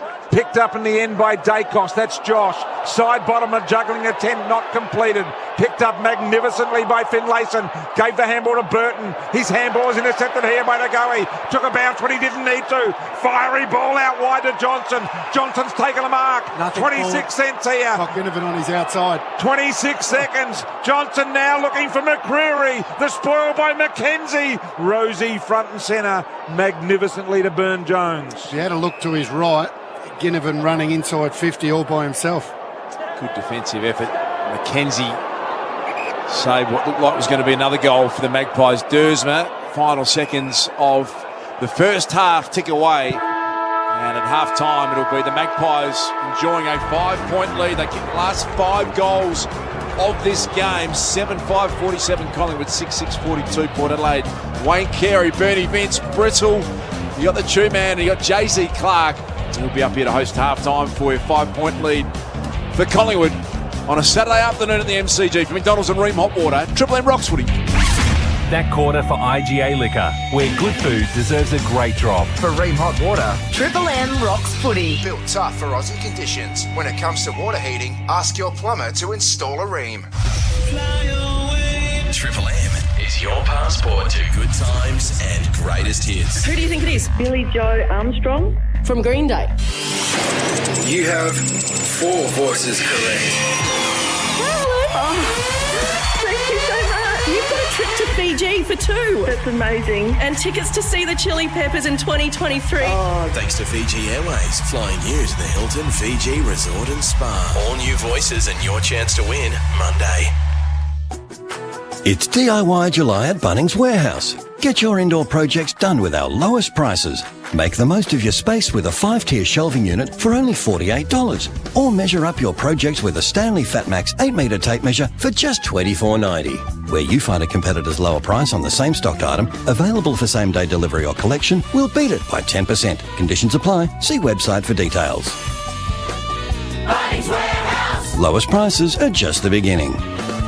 Want to win free barista-made coffee for an entire year? That's a lot of lattes. Just buy a McCafe coffee on the My Macca's app for your chance to win. There are 25 winners every day. But hurry, limited time only. Ends 30th of the 8th, 22. Visit mcdonalds.com.au/coffeecom for full terms. Going up. Level 2, synthetic slings, hoists and load restraint. Level 80, chains, lifting and rigging accessories. Level 300, height safety, material handling and wire rope. Need the ultimate lift? You need LiftQuip. LiftQuip provide quality lifting, materials handling, load restraint and height safety equipment, as well as inspection and testing services. Contact LiftQuip today. liftquipaustralia.com.au. It's value the Australian way at Coles with great fresh specials this week. Like delicious gold sweet potatoes, 100% Aussie and just $2 a kilo. This week at Coles. Offer ends Thursday. At Total Tools, we won't be beaten on any deal. Think you've seen a good deal? Let the Total Tools team know. And we'll not only match the deal, but you'll also score insider rewards points with every purchase. Whether you're after Makita, Milwaukee, DeWalt, Waikiki or Bosch, Total Tools simply won't be beaten. With the biggest range, guaranteed low prices and more convenient locations, Total Tools is the obvious choice. Terms, conditions and exclusions apply. See in store. Imagine firing up the barbie, cracking a cold one and enjoying watching the footy with your family and friends in your new outdoor entertaining area. Well, you can do it with a Fielder's Centenary patio, veranda or gazebo. Available in a wide range of styles, colours and sizes. There's sure to be a Fielder's Centenary home extension that's just right for you. So if you're looking to entertain outdoors, visit www.fielderscentenary.com.au or your local Fielder's branch and let our team of experts help create your perfect outdoor space. The sea, the marina,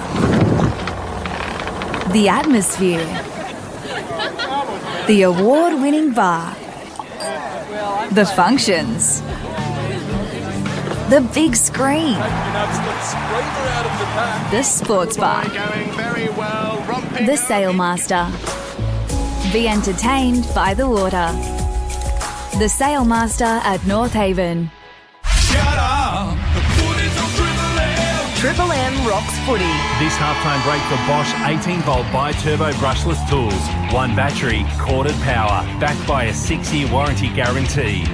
Yes, McDonald's and Ream Hot Water, Triple M Rocks Footy. It is a beautiful day here at the MCG, where it is currently Collingwood with a 5-point lead over Port Adelaide. Been a very entertaining first half. It's the Magpies 7-5-47.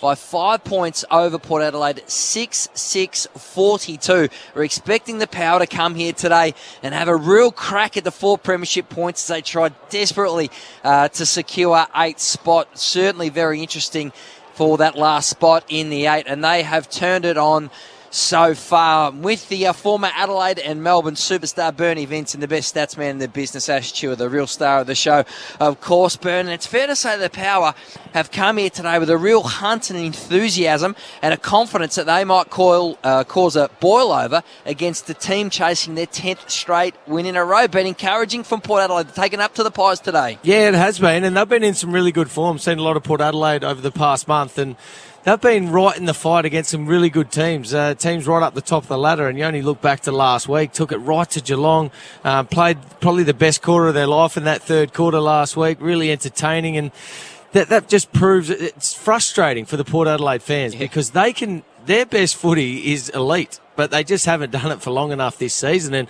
I think it's almost a game within a game here. I think even though they've brought the heat and you say, yeah, they're in the fight, they've turned up to play, I think they'll be disappointed at the moment. I reckon there was there was 2 goals in the last minute of that first quarter, which they haven't kicked a goal since then, Port Adelaide. Yeah. And that was a drop mark by Lear going back with the flight. He thought there was probably contact coming, and you can read into it what you think, but that there was a key moment in this game. He drops the mark, falls to the front of the contest, goal to Collingwood, and they kick another one just before quarter time. So they, instead of going in over 4 goals down, they go in 2 goals down with a bit of momentum going in and going, well, here we go. Ken Hinkley come out, as you said, and sprayed Port Adelaide, and all of a sudden they go, well, you go from going well and starting well away to going a bit of doubt. I thought we were going all right. We've given up too late, and then your mind wanders when that happens, when a coach comes down. And then obviously in that quarter, Collingwood was just the better team. They used that momentum late in that first quarter to drive into that second term. So just a little moment in this game that I think was a real key to Collingwood getting back into this, because Port Adelaide were probably just 1 or 2 goals away from really that's a tough margin to come back from. 5 or 6 goals, and they were making the most of it. Not a high inside 50 team today, but they were their efficiency going inside 50, especially early Port Adelaide, was outstanding. And Collingwood are looking a bit shaky down back, to be honest. Yes. Darcy Moore's getting out-muscled by Dixon, even though he hasn't hit the scoreboard, had a lot of influence. He's just done little things that I've really liked, defensive things by both key forwards, Marshall as well as chipping in there with those things. So everyone's buying in at Port Adelaide at the moment. I've seen this over the past month. So no surprises for me. I picked Port Adelaide today. They've just let themselves down a little bit. This one was there for the taking, and certainly not out of it. It's pretty even, 5 points down at the moment, but I just feel if that last little moment in that first term, if that didn't happen, I feel like this could easily still be a 4 or 5 goal margin to Port Adelaide. It's a good point, Bern. I tell you what, Jack Ginnivan, Jordan DeGoey and Nick Dacos have all been big stories this season, and that continues today because Nick Dacos has not had the influence. No. This is a bloke who's been having 30 possessions a game, getting on the scoreboard. He's been outstanding every single week. We've seen a new physical approach there from Sam Powell-Pepper. He's really bullied him. Jordan DeGoey in his return kicked 2 goals. Of course, this is a massive month for him. But tell us what's happening to Jack Ginnivan today, because he's been one of the stories of the season. He's kicked 3 goals and probably should have had a 4th with that drop mark in the goal square. He lost it as Lear sort of chased him down. But can you explain what's happened with the whistleblowers? Because is it fair to say that he could have... There've been a couple of missed free kicks today. Again, Bernie. Well, there's been a couple, I'm going to say 50-50 decisions that could have gone either way. Haven't gone his way. All gone against him. So if you're going 50-50, he probably owed a few, but that's just the way it is with this man. And I absolutely love coming to the footy. As you don't have to be a Collingwood fan to love coming to watch that man, because you don't know what you're going to get. I love the unpredictability of him. He's had 4 disposals, and we've been talking about him all game. He's kicked 3 goals, so he's had an influence on the scoreboard. But he's touched it 4 times. Given free kicks away, probably should have got a couple, dropped the mark in the goal square, kicked a goal, ran straight to the umpire, pointed at him, gave him the fist, and you're allowed to do that. It's not against the rules, but it's just things he does that no other player does in the competition at the moment, and that's why I love coming to see him. I'd love if more players are like that, Jay-Z. Yeah, I agree with you. Entertainers. A bit of a query over Travis Boak. He could be a story in the second half of the season. We'll get to that in a second. He came down to the bench, was in real pain with the doctor. The doctor was checking that left hand of his, and Travis Boak said something along the lines of, I think it's broken, or I hope it's not broken, or something like that. So there's a big question mark over him. It is Collingwood with a 5-point lead over Port Adelaide, 7-5-47.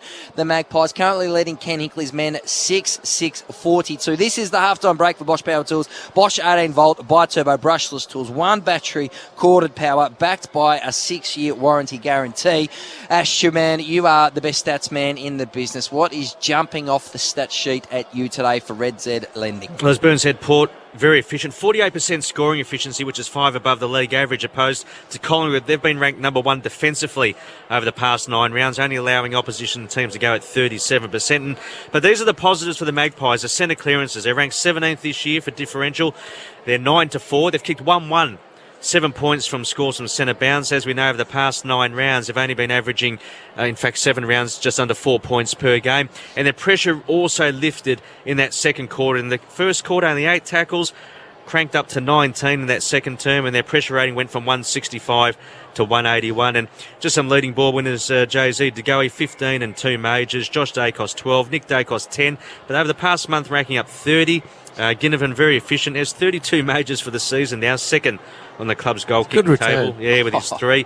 But Rosie leads the way for Port Adelaide with 18 disposals. And Finlayson, he's the number 1 ranked player, 10 touches, 4 clearances and a major and 8 hit-outs. And just in closing, when Collingwood have led at half-time this year, Jay-Z, yes, they're 9 from 9. Oh, outstanding. And 9 in a row. This is why. 9 in a row. All 9s. You are the number 1, chasing their 10th straight win together. I like the battle between Ollie Wines and Taylor Adams. I think Taylor Adams went down to the rooms late, but those two have been very physical in that. Now, Bern, you've been doing this has been a magnificent job for Triple M. Now, what we know on a Saturday is that I normally deliver the only thing.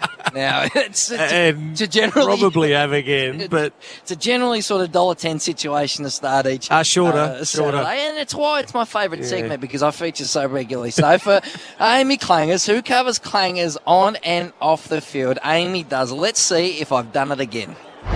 And let's get downstairs to Jay-Z for Bob JT Marks. BT Port's Darcy Byrne-Jones rolled his ankle on the outer side a couple of minutes ago. He's gone downstairs for treatment. Copped a couple of Panadol, or taken some. Hopefully just a restrapping. Just having a little trouble getting his words together down there, Jay-Z. Did he cut himself off there? I don't think there are any technical problems. I just think he had a dose of the gibbery. Just gave up. He's had a meltdown, Jay-Z. He gave up. Is he okay? Does someone check on Jay-Z and make sure everything's okay? Can we see him? Have we got a location on him? Bob JT Marks, we see Jay-Z all okay down there? That was terrible, wasn't it? It doesn't get any worse than that. Taking a couple of Panadol, how hard is it? that could be the worst ever. You said it. That's my favourite. Favourite so far. I love it. Oh, yeah. It could be the worst bounce. That's entertainment. We spoke about Ginnivan then. It doesn't matter. That's entertainment, Jay-Z. Keep providing. In Triple M history, I think that is the worst ever. That is shocking. Now, also, I have heard Starcevic's name called a few times. How many touches for Starcevic? Yeah. He's playing tomorrow, isn't he? Or did he play in the 90 grand final? And Clayton Oliver was last night. Clayton Oliver was last night. Starcevic, should we just check the tape to see if we have heard Starcevic today? Good tackle, Starcevic on the Shane Morgenstern wing. Play-on's the call. Starcevic fighting for it. So can Collingwood get another late one? Josh Dacos takes some space, drives it to the goal square. Oliver is the target. Jake Yellett was the name I was searching for. 18-point lead to Port Adelaide on the Triple M Foxtel score. 36 seconds left in the quarter, Darcy. Yes, Jamie Elliott. It's a good thing we don't take ourselves too seriously here on the M's. Just check that team sheet for me. I will. I've got one here somewhere. Is he the sub? Oh, my goodness. It is Collingwood up by 5 points over Port Adelaide at the MCG. The Magpies 7-5-47, leading Ken Hinkley's men 6-6-42. Come back the second half. It'll be the best call and more laughs, of course, because for McDonald's and Ream Hot Water, Triple M rocks footy. That halftime break for Bosch 18-volt bi-turbo brushless tools. One battery, corded power. Backed by a 6-year warranty guarantee. From Ream Hot Water and McDonald's. Triple M rocks footy. If you've got a soul but you're not a soldier, you're in the right place. I've got soul but I'm not a soldier. Before they're imploding the Mirage Tour this November and December, You ready? we pull up a pew around the altar of rock for a spiritual exchange with the Killers. Well, somebody told me I'm the man. Brandon and Ronnie from the Killers take the stand. 11 a.m. Monday, only on Triple M. At Total Tools, we won't be beaten on any deal. Think you've seen a good deal? Let the Total Tools team know. And we'll not only match the deal, but you'll also score insider rewards points with every purchase. Whether you're after Makita, Milwaukee, DeWalt, Coyote or Bosch, Total Tools simply won't be beaten. With the biggest range, guaranteed low prices and more convenient locations, Total Tools is the obvious choice. Terms, conditions and exclusions apply. See in store. Want to win free barista-made coffee for an entire year? That's a lot of lattes. Just buy a McCafe coffee on the My Macca's app for your chance to win. There are 25 every day. But hurry, limited time only. Ends 30th of the 8th, 22. Visit mcdonalds.com.au/coffeecom for full terms. Love playing sport? Want to live an active life free of glasses and contact lenses? Invest in your future and lifestyle thanks to Adelaide Eye and Laser Centre. Our fully accredited theatre specialises in laser vision correction and offers the latest technology, including Smile and LASIK. Plus, we offer flexible finance options through Hum. Don't put it off any longer. Speak to Adelaide Eye and Laser Centre today. The Eye and Laser Specialists. Fees, terms and conditions apply. Payment plan by Hum BNPL Proprietary Limited. Bedmatch at 40 Winks takes the confusion out of buying a bed. And right now, get any size mattress for the price of a single. That's a queen, king or super king mattress for the price of a single. Hurry end Sunday. Exclusions and T's and C's apply. 40 Winks. Serious about sleep. At Total Tools, we won't be beaten on any deal. Think you've seen a good deal? Let the Total Tools team know. And we'll not only match the deal, but you'll also score insider rewards points with every purchase. Whether you're after Makita, Milwaukee, DeWalt, Coyote or Bosch, Total Tools simply won't be beaten. With the biggest range, guaranteed low prices and more convenient locations, Total Tools is the obvious choice. Terms, conditions and exclusions apply. See in store. Why is it an advantage to play on your home ground? Because you're in a place you know and love. You have experience there and, of course, local support. South Australia is Sterling Homes' home ground and has been for over 45 years. So if you have a project coming up, big or small, near or far, make sure you get the home ground advantage with Sterling Homes. Visit one of their 12 display villages or sterlinghomes.com.au. 104.7 Triple M News. Hello there, Damien Carbon with your national news briefing. The Prime Minister has travelled to Arnhem Land to reaffirm his commitment to create an Indigenous voice to Parliament. It means Australians will come together at a referendum sometime next year to secure a change in the Constitution. Anthony Albanese says the Uluru Statement is about bringing the nation together. We are all here, eager to work with you to bring our commitment to Uluru to life, to see Australia answer that gracious, patient call for respect and truth and unity. The Uluru Statement is a hand outstretched. Some promising news on the COVID front. It appears the third Omicron wave is now peaked nationwide, with case numbers and hospital admissions continuing to fall. But Professor Adrian Easterman on 7 says we shouldn't let our guard down, warning the virus will be here for years to come. My own data show that it passed a couple of days ago. But of course you can never say never. For all we know, another variant might come along and whack us and we get another peak. Overseas, singer Shakira could face up to 8 years in prison. That's how many years Spanish prosecutors are asking for after being accused of tax evasion.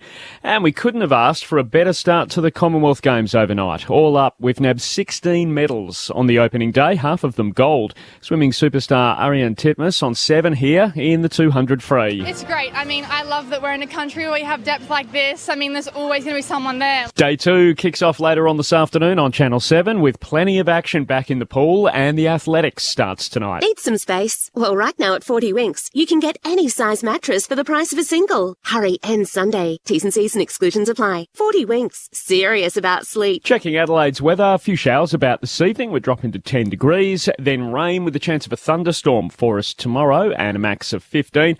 Shower or 2 on Monday. Our listener app is the new home of Triple M. Join up to listen live or on demand. Shut up! The footy's on Triple M. Triple M rocks footy. This quarter for Beacon Trade, supporting tradies with over 120 stores, expert trade teams, design services and a huge range of electrical accessories. Beacon, making every tradie's job easier. Ah, yes, welcome back. Third quarter about to get underway. Collingwood by 5 points over Port Adelaide. Here's Luke Darcy on Triple M football at the MCG for a hot second half. 7-5-47, that's Collingwood. 6-6-42. It's going to be Finlayson. Done the bulk of the ruck work. Undersized against Cameron. Connor Rozee has been impressive. Back to Burn-Jones. Didn't get full purchase on the kick. Found its way to Boat, though. Clever handball to Wines. If it sits up, this is going to look pretty good. Butters can score. Runs through 50 to go. His chase was impressive, but Port get the first goal of the second half, and it took all of about 16 seconds. And Butters is the goal kicker, his first of the afternoon. That breaks a run of 5 for the Magpies, and Port Adelaide back in front by 1 point. That is all on the Triple M Beacon Trade score. But let's get down to JZ Clark. Yes, Duke, not good news for Collingwood. Taylor Adams, the gun-on baller, subbed out of this match, so he's done for the day. Josh Carmichael comes in as the sub to replace him in the midfield, and Travis Boak starting on the field for Port Adelaide, got his left hand heavily strapped. Ash, 16 seconds in that quarter, 6 seconds in the first quarter. A combination of 22 seconds. Don't make for it 2 up. goals. No, that's unheard of. Is that the best ever? Well, it'd be right up there, BT. No, make a call. They're back in front here, Port Adelaide, by a point, 48-47. Electric start for them. Ready to go again. Crowd hushed. Many of them still at the pie stands. Didn't get back to see that one. Pendlebury to Darcy. Cameron out of the middle. He kicks towards the attacking 50, goes past McCreary, got a poor bounce. Now to go, he's got to go. Waited for Burn-Jones to get the footy. He coughed it up. Little handball came to Johnson. Johnson to Crisp. Crisp goes deep, and Mark taken in the end by Jonas. Port Adelaide power skipper, ever reliable back there. Young man from Ross Trevor College, South Australia. Goes to Carl Amon. To Farrell. 200th game today, 2 does. Tommy Jonas. Yep. Been a great servant, hasn't he? Yes. The Magpies finds Pal Pepper. They cheer him off. I think they will. Sent the kids out BT pre-game, which I know you're a big supporter of. Yeah, BT loves that. Pal Pepper and Nick Nakos have been OH&S. Head-to-head as Bergman sends Port Adelaide into attack, wants Marshall. Howe went the fist. Finlayson's drifted forward from the ruck, has a flying shot. A goal bounces. Just nicked the post and nearly was there. Has still been the faintest of nicks. They're right at the bottom of the post. I thought they went through. 2 point lead to Port Adelaide on the Triple M Beacon Trade scoreboard. Yeah, really stumpy part of the post, which is another term for bottom part. Maynard. From the defensive goal square, kick in Judy, selects the northern side of the ground. Cameron almost took the mark. Chris able to bust through and give it to McCreary. Little chipping ball for Elliott, but working the angle was McKenzie. Almost got out the back, Elliott. Goes over the line out of bounds. We'll have a boundary throw in right in front of the MCC members here. Darcy. 2:53 played in the second quarter.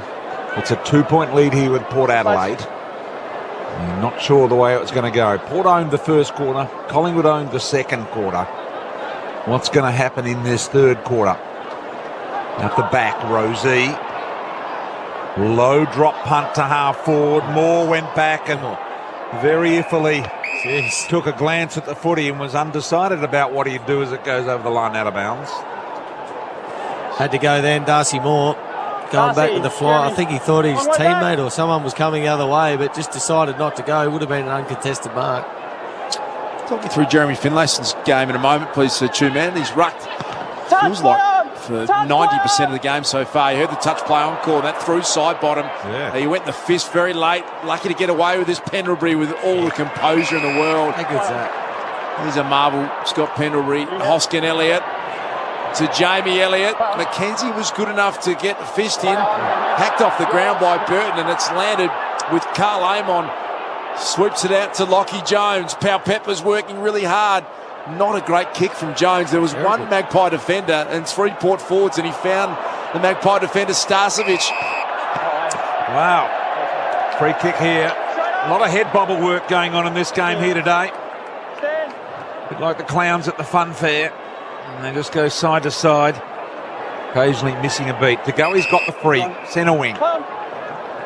Lex to go. Corridor bound here with the ball. Not marked in the end. Umpire calls play on. Little quick kick out of the pack was the sub. Carmichael got it inside 50. McCreer and side bottom can raffle it. They were slightly confused about who was doing what. Side bottom with the left foot snap. Got too much bend too early. And a minor score. Bit of a let off there for Port Adelaide. Should have been a goal. Port by 1 point on the Triple M Beacon Trade scoreboard. Harvey Norman replay screen. Craig McRae coaching from ground level as he does every week.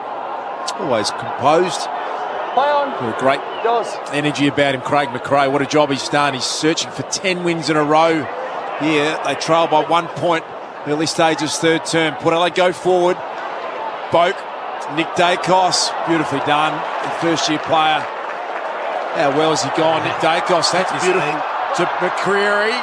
The deputy medical sub Carmichael's going to get his first touch. Puts it inside forward 50. Not a great kick. And Aaliyah to Rosie.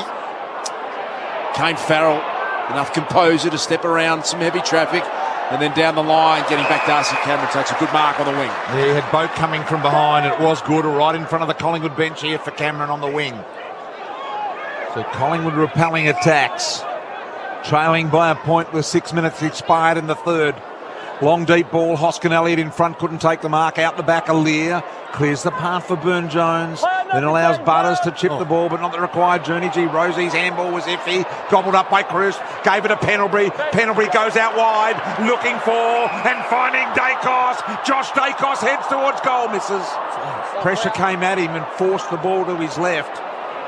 Scores level here at the moment. They do that well, Collingwood, when they go from one. They keep their width. Often it's side bottom out that side. On that occasion, it was Dacos. No one on him. Port Adelaide from full back go the members' wing side here at the MCG. Charlie Dixon couldn't complete the mark. It's an up and under kick from Cameron. Fisted away by Finlayson. Side bottom's handball was intercepted. Lockie Jones involved in that. Boat went to the voice of Georgiades. Well done, Noble. The little man laid a big tackle. Could have been rewarded, I thought, Burn, potentially. On the AFL logo here on the wing, it's going to be thrown up. Scores level on the Triple M Beacon Trade scoreboard, supporting tradies with over 120 stores, expert trade teams, design services, huge range of electrical accessories. Beacon making every tradie's job easier. Effectively, Das, if you make the perfect tackle, then you don't get rewarded, because if the guy hasn't had prior, that's the way. So it seems a little unfair because the tackle's so great. Free kick, push here will go the way of Collingwood's planer. You know what I mean? If you make it perfect and too good, then the guy's had no prior, they're not going to pay it. But I think you should be rewarded for the perfect tackle. Let's make another rule change. I don't like rule changes, Quainer. So we'll leave it as it is. You don't like rules. No, we don't like too many rules, especially at home, Wayne. Little one out the back door, Aaliyah. Just might go through your top 10 if we could. Pau Pepper. What rules? I thought home rules. Just want to know what they are. See if we all live by the same. I'm sure I'm treated a little more harshly than others. There's Dacos. This is Nick able to wobble it out here.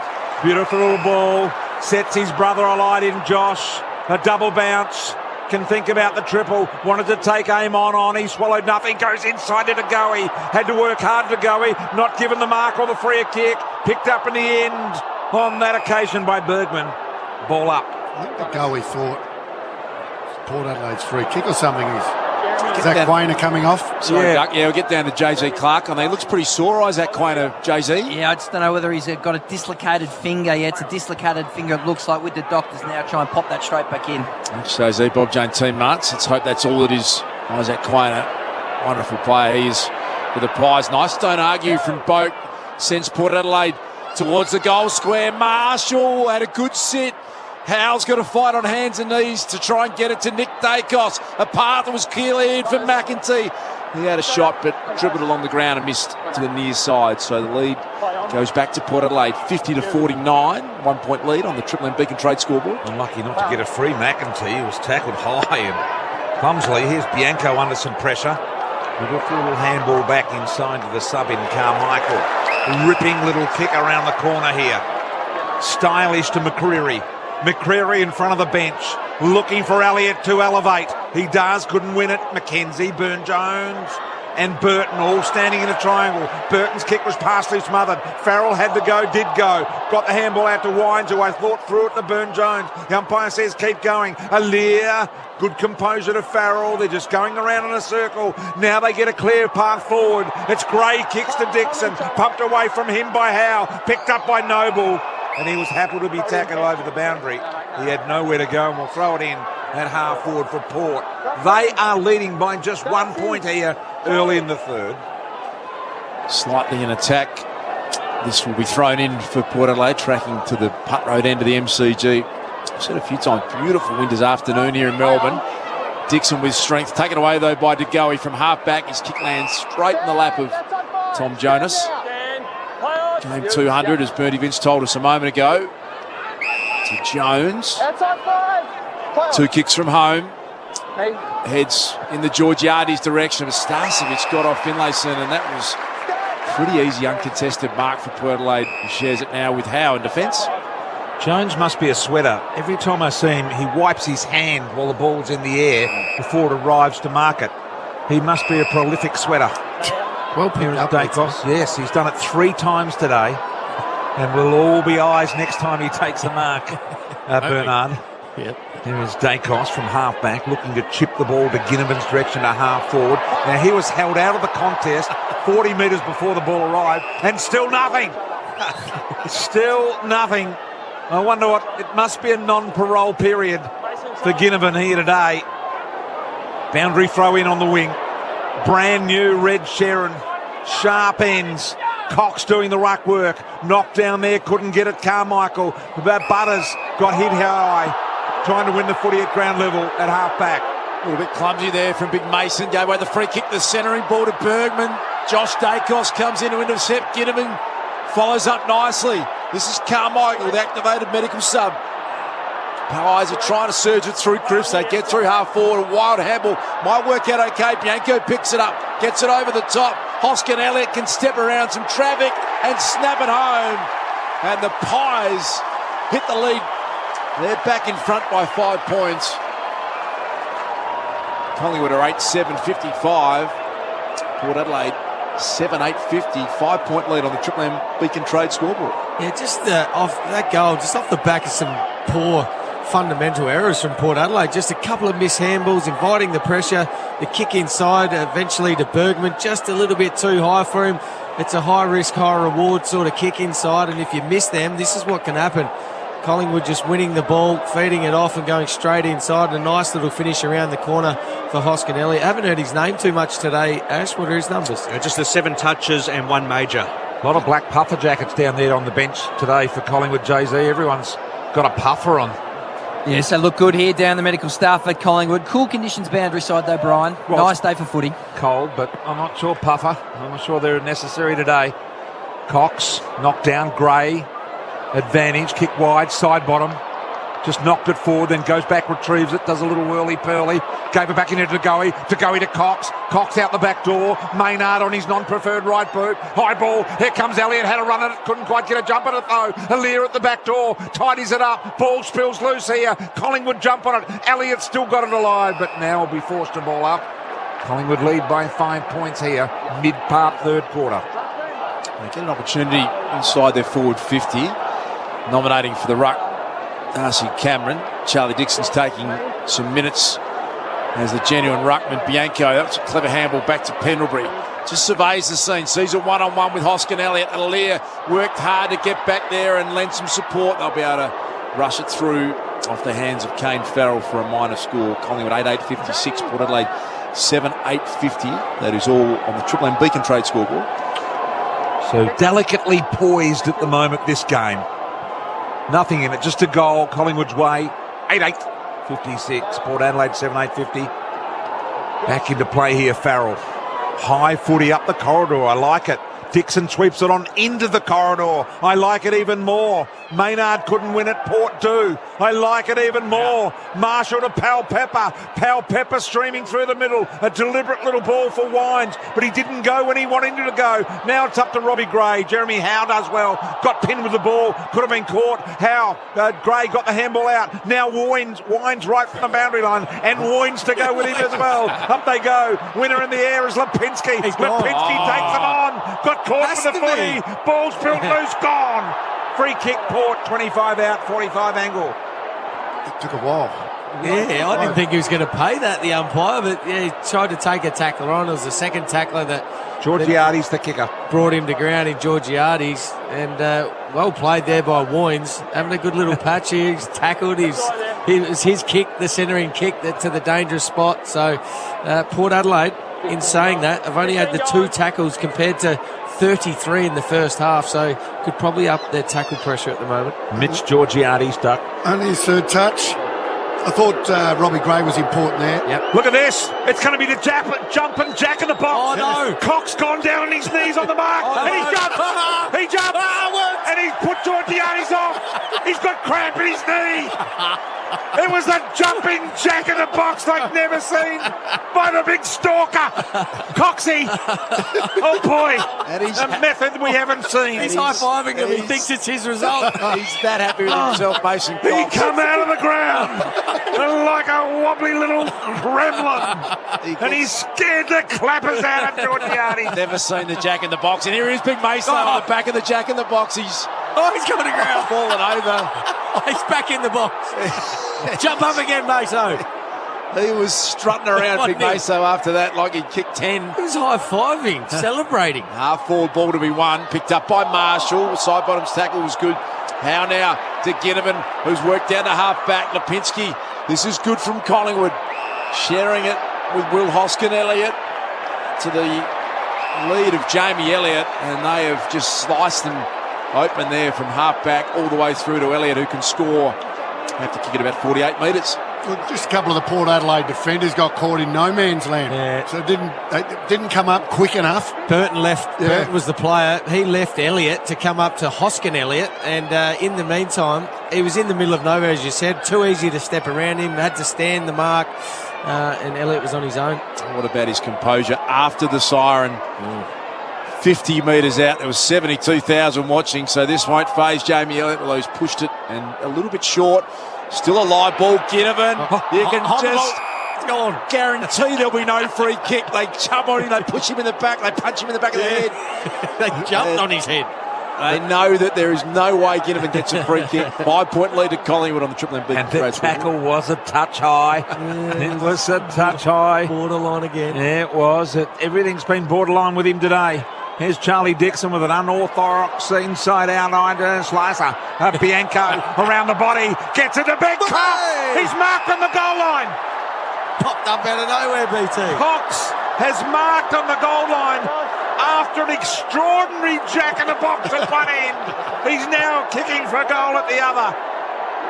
5 metres out directly in front. Oh, look at it. He's given it the Ingleburn humping dick sort of. Wow, I'm here to sing for you. He hasn't. Goodness gracious, Mason. Rather. Can you see that? 62-51. Collingwood in front. Well, we didn't know what we were going to get. He was running around when he did the jumping jack in the box down here on the mark. He was running around high-fiving like he kicked a goal. And I thought, well, what's he going to do when he actually kicks a goal? And he stood there. So it was Jeff Farmer-like, just stood there with 2 hands in the air, and then he gave a big fist pump to the Collingwood cheer squad. He's certainly entertaining Big Maso when he's around the footy. It's a good celebration. It's actually going through for a goal. And Trepianko's sort of a little nonplussed about the goal. He's not happy. The 7-foot American stole his goal. He's in the ruck now. Have a look for him. 11-point lead to the Magpies. Maso has got a head of steam up. Confronted was crisp by Connor Rosie. Been impressed with this game. Thrown out by Butters, but he's got away with it to Powell-Pepper, who flicks it onto Bergman. Back to Powell-Pepper. On the outer wing side, Howe in front. Contest from McEntee has given away a free kick. Jeremy Howe will take it right on his defensive 50. Advantage has been paid, and Taken there by Maynard, who puts it in front of Bianco. A little nervous moment. They're going to work their way through. Lipinski did well. De Goey slid forward. Going to hand it off to Hoskin Elliott. Another goal coming up here for Collingwood. Hoskin Elliott, you know who'll score from there. Will Hoskin Elliott's got a couple this quarter. 3 in a row, Collingwood. And they have got it out to 17 points on the Triple M Beacon Trade scoreboard. Jeremy Howe, great positioning there. Actually didn't take the mark in the end. We got the free kick across half back, and Port Adelaide were going inside 50, created the turnover, and then it was just open down the outer side, down the Shane Warne wing, and Collingwood just kept creating opportunities. It wasn't the cleanest play I've ever seen, but they just kept turning up to the contest. Bianco went back with courage and just got an arm in. Looked like Tom Jonas was going to take the intercept mark, and that kept the ball alive. Lipinski then took the ball and kicked it inside 50, and just something out of nothing again, Collingwood find a way to score. Lipinski just having the know-how and the vision to know that he just had to get that onto his boot, get that moving forward. Knew the pressure was coming. Kicked 8 of the last 9. Can you guys smell that funny smell? What is that? I don't know whether it's a sort of a sewer smell or something. I'm not sure what it is. Look at Bianco bravely marking it half back. What have you done, Brian? I don't know. It's a busted pipe, I think. There is Dacos. Speaking of rules, Bristol, there are very few rules in the Triple M commentary box, but I think that is one, Brian, that has been established a long time ago. All right, no, there's nothing like that. It's a much more putrid operation than that. And look at this. Dacos has won the free at low level here from Boak. It's wafting in the terraces. And now Dacos receiving the free right in front of the Collingwood bench. What an extraordinary day of football it has been today. Dacos, this is Josh Dacos, kicking short, Farrell able to mark at half back and repel. So 10-8-68 Collingwood, Port 7-9-51. We've played 21 minutes in the third quarter. They have kicked 8 of the last 9 goals, Collingwood, in this game. Darcy Moore set himself for the mark. They are on top at the moment. It feels in every area of the game. Josh Carmichael, activated sub. Taylor Adams went off with a groin issue. Ginnivan picked it up. The handball was a little bit errant. McKenzie still got a bit of a battle on his hands as Johnson got over the top, and Port Adelaide under the pump big time here. 5 minutes until three-quarter time. They trail by 17 points, but the Pies are coming with everything. A very quick whistle then. Ball up, 20 metres out. Collingwood's goal. City end of the ground. Swift handball, Burne-Jones. Farrell to Boak. Boak to Finlayson. Finlayson upended as he kicked the footy. Pepper's got to go. Didn't. Noble marks. True centre half forward inside the centre square. Noble says, I'm going to kick that way. And that's what he does. Kicks to the top of the square. High footy, Alear. Burne-Jones now to keep it rolling out of defence. McCreary applies the tackle. Side bottom got the benefit of that. The kick around the goal was that Johnson. He was claiming the mark. Nothing on. And umpire Brent Wallace says we'll ball it up in Collingwood's attacking zone. Josh Carmichael out there. As we said, the activated sub for Taylor Adams. Just his 4th game. It was a mid-season draft pick for the Magpies. And he has a flying shot.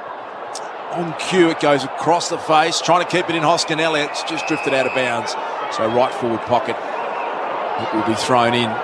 All of the play, it feels, going the way of the Magpies at the moment. They lead it by 17 points. We're seeing Alear just look a little bit questionable in the air today at times. Again, they're creating another drop mark he should have taken. Shot on goal for Collingwood.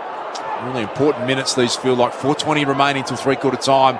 The goal either way you feel is huge. Quainer with strength just disposed of the tackler Georgiades. Another inside 50 for Collingwood.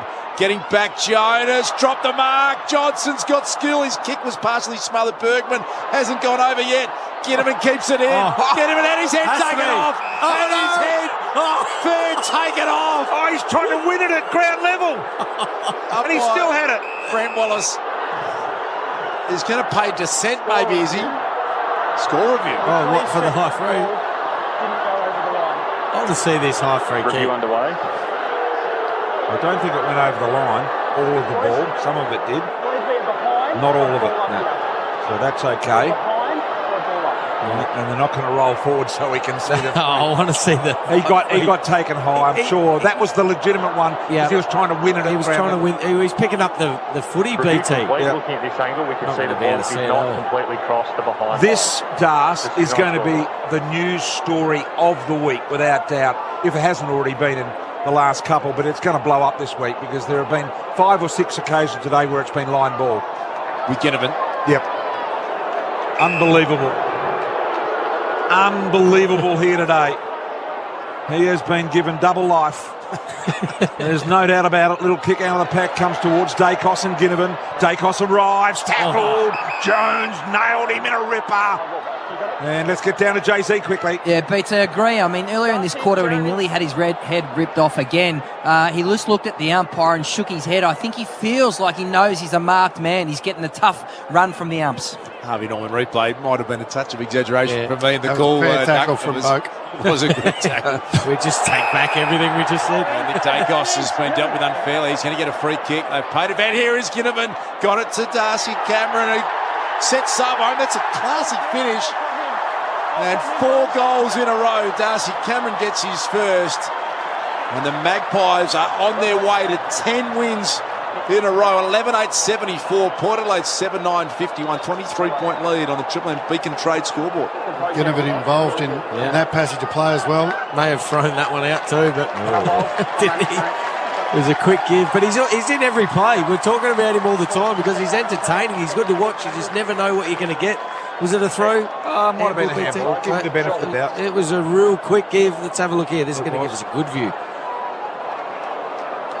Yeah, it did. Got a fist there. It was just the unorthodox. He should have used his right hand when he used his left. But great give, set up a goal, and a really nice finish there from the big fella, Darcy Cameron, having a really, really good year into the ruck again now. 23-point lead here for Collingwood. 3.5 minutes remaining here in the third quarter. We go back to the middle to start it all over again.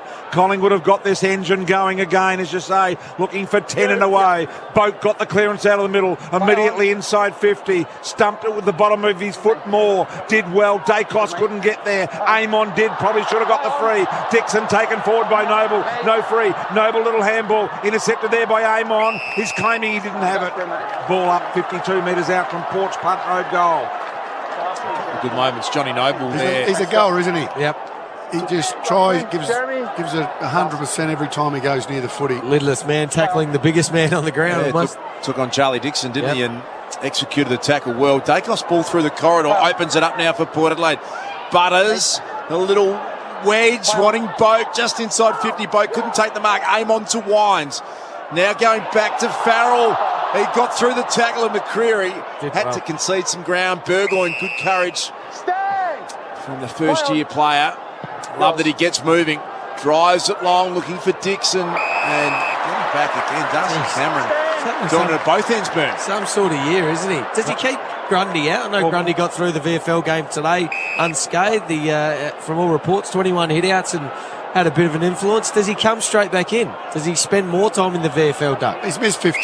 He's missed 15 weeks, I think it is. Yeah. So another one, you reckon? So you would probably think another one. Okay, put it this way. It's Mason Cox or Grundy. When he's fit, does he come back in, Grundy? Yeah, well, absolutely. Okay, back inside 50 they go. It's just a question, Duck. Don't get... Well, you don't pay a bloke $1 million to keep him in the Magoos. Well, if he's not in your best 22, but he is in the best 22. He's just been out for 15 weeks. Of course he is. That was the question we were asking. Of course he's in the best 22. All right, all right. Well, stop, BT. Maybe it was the roundabout way in which you got us there. Here is a little pick-up from Palpepper. Dribbles it through from the boundary line in a goal of the year attempt. And nails it. Something from nothing for Sam Palpepper. 11-8-74. Port Adelaide 8-9-57. A minute 48 remaining in the third. Well, stating the obvious, Port Adelaide needed that one. As you said, 4 goals in a row to Collingwood just when they started to look a little bit dangerous, Port Adelaide. So that's a nice finish from the boundary. Dribble kick, running towards the boundary line, dribbles it around. Bit of a quiet day. He's had the role on Nick Dacos for most of the day in a defensive forward role. And that's what you do when you're at the defensive forward role. When you go to stoppages like that, put the pressure back on Dacos. And you could see on the Harvey Norman, Dacos just out the back of that stoppage. Was looking for a receive. Nowhere near him. He was hoping Collingwood were going to win it so he could run off and receive the handball. feel like he's had a good year, Sam Powell Pepper. Yeah, no, he has. No, he's been the barometer of this Port Adelaide team. Even early on when they lost 5 in a row, he was their best player for all 5 weeks. Josh Dacos copped a little bit of a clip from Ryan Burton, who put his hand up and said, yep, I'll concede that. Goes to brother Nick. They like to share the ball, the Dacos brothers, amongst themselves regularly. Hoskin Elliott, Jonas, who gained 200. Good defensive effort, got it over the boundary line. So the margin at the moment is 11-8-74. Port Adelaide are 8-9-57. We've got a minute 24 until the three-quarter time siren on the Triple M Beacon Trade scoreboard. Just trying to get a look at the signs down there to make sure they match up from the benches. There's Cox reaching. At the back door was Finlayson. McKenzie did well, got it to Boat, little quick kick. Might get a free here, Dacos. He will. So now on the marks at 49 metres. And this is Josh Dacos. And there's very little angle about it. And he's going to take his 30 to have a look at this. So notice no lead, so they must know something we don't about this man's length. Too far out, BT. But too far. Minute to go. They've conceded some goals in the last minutes today, Port Adelaide, in each quarter. Dacos looking to go to the side of the man on the mark so he can get closer. And that's what he does now. Runs out on the arc. Now he lets it rip. Low ball. Right to the line. Marked in the field of play here by Bergman, who I think landed on the ball. He's winded himself. And knocked the air out of his guts. How can you land on the ball when you've marked it? Because I think when he brought it down, he put it on the ground and then he landed on it. I think his legs got taken out from under him. Here we go, the Harvey Norman. Yeah, the ball played no part in that whatsoever. Slightly inaccurate, but marginally inaccurate. You put yourself out there, BT. You made the call. That's what we like. All right. Lockie Jones jumped up about a metre before the ball got there. He's kicked back by Maynard and he's popped it out of bounds on the full. So almost a three-quarter time siren. Port Adelaide have a 17-point margin behind Collingwood as we head to three-quarter time. Kane Farrell's kicked down the line. So Collingwood chasing 10 wins in a row. Enjoy a 17-point three-quarter time lead. Jay-Z Clark, the Duck. We've got Bernie Vince. We've got the Bristler, we've got the Two-Man. That's your team on a Saturday afternoon here from McDonald's and Ream Hot Water. Collingwood by 17 points. Triple M Roxbury.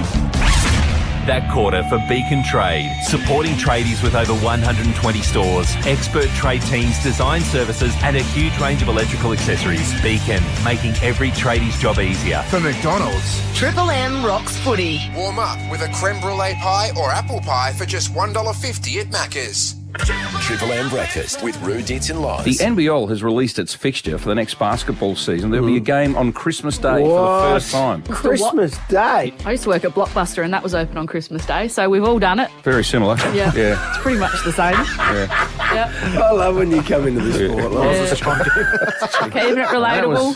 Adelaide's good times with Rue Dits and Loz for breakfast and greatest hits all day. Weekdays when you wake up or anytime on the Listener app. 104.7 Triple M. Order a quality veranda, carport or garage from Alpha Industries and beat the August price rise. Alpha Industries Custom Build. Use Australian BlueScope steel and have over 150 years combined building experience. Not bad for a multi-award-winning South Australian company. Alpha Industries in Cavan and Glandore. Order a quality veranda, carport or garage now and beat the August price rise. alphaindustries.com.au. Santa Seafood. Fresh from the high sea. Santa Seafood. Fresh from the high sea. Mix and match 4 kilos of premium seafood for just $60. Atlantic salmon portions, flathead and barramundi fillets, crumb garfish, salt and pepper squid, crumb prawns and loads more. Mix and match 4 kilos for just $60. Open 7 days at Richmond Road, Richmond. Santa Seafood. Fresh from the high sea. Santa Seafood. Fresh from the high sea. A quick chat about raising respect with Mark Howard. If we're going to end violence against women, then we need to bring up respect. Kids' sports are a great step towards teaching your kids about respect. Respect for the game, for their teammates, and for their opponents. Driving around on a Saturday, it's a great chance to have a deeper conversation with your kids. So rather than the old, how was your game question, why not ask, if one of your friends was being disrespectful to you, what would you do? There are a stack of other great conversation starters at respect.gov.au. Every little talk you have shapes them. Bringing up respect grows respect. So talk early and often. Violence against women. Let's stop it at the start. Authorised by the Australian Government, Canberra, and the Triple M Network. How can you be distinctive? What if your house, the very bricks and mortar you call home, was created by you? Step ahead of the rest with Distinctive Homes. Affordable boutique homes. Be inspired by our online catalogue. From 40 top designs, you can pick all your favourite elements to create your dream distinctive home. Come and meet the team or view the online catalogue at distinctivehomes.com.au. Want to win free barista-made coffee for an entire year? That's a lot of lattes. Just buy a McCafe coffee on the My Maccas app for your chance to win. There are 25 winners every day. But hurry, limited time only. Ends 30th of the 8th, 22. Visit mcdonalds.com.au/coffeecom for full terms.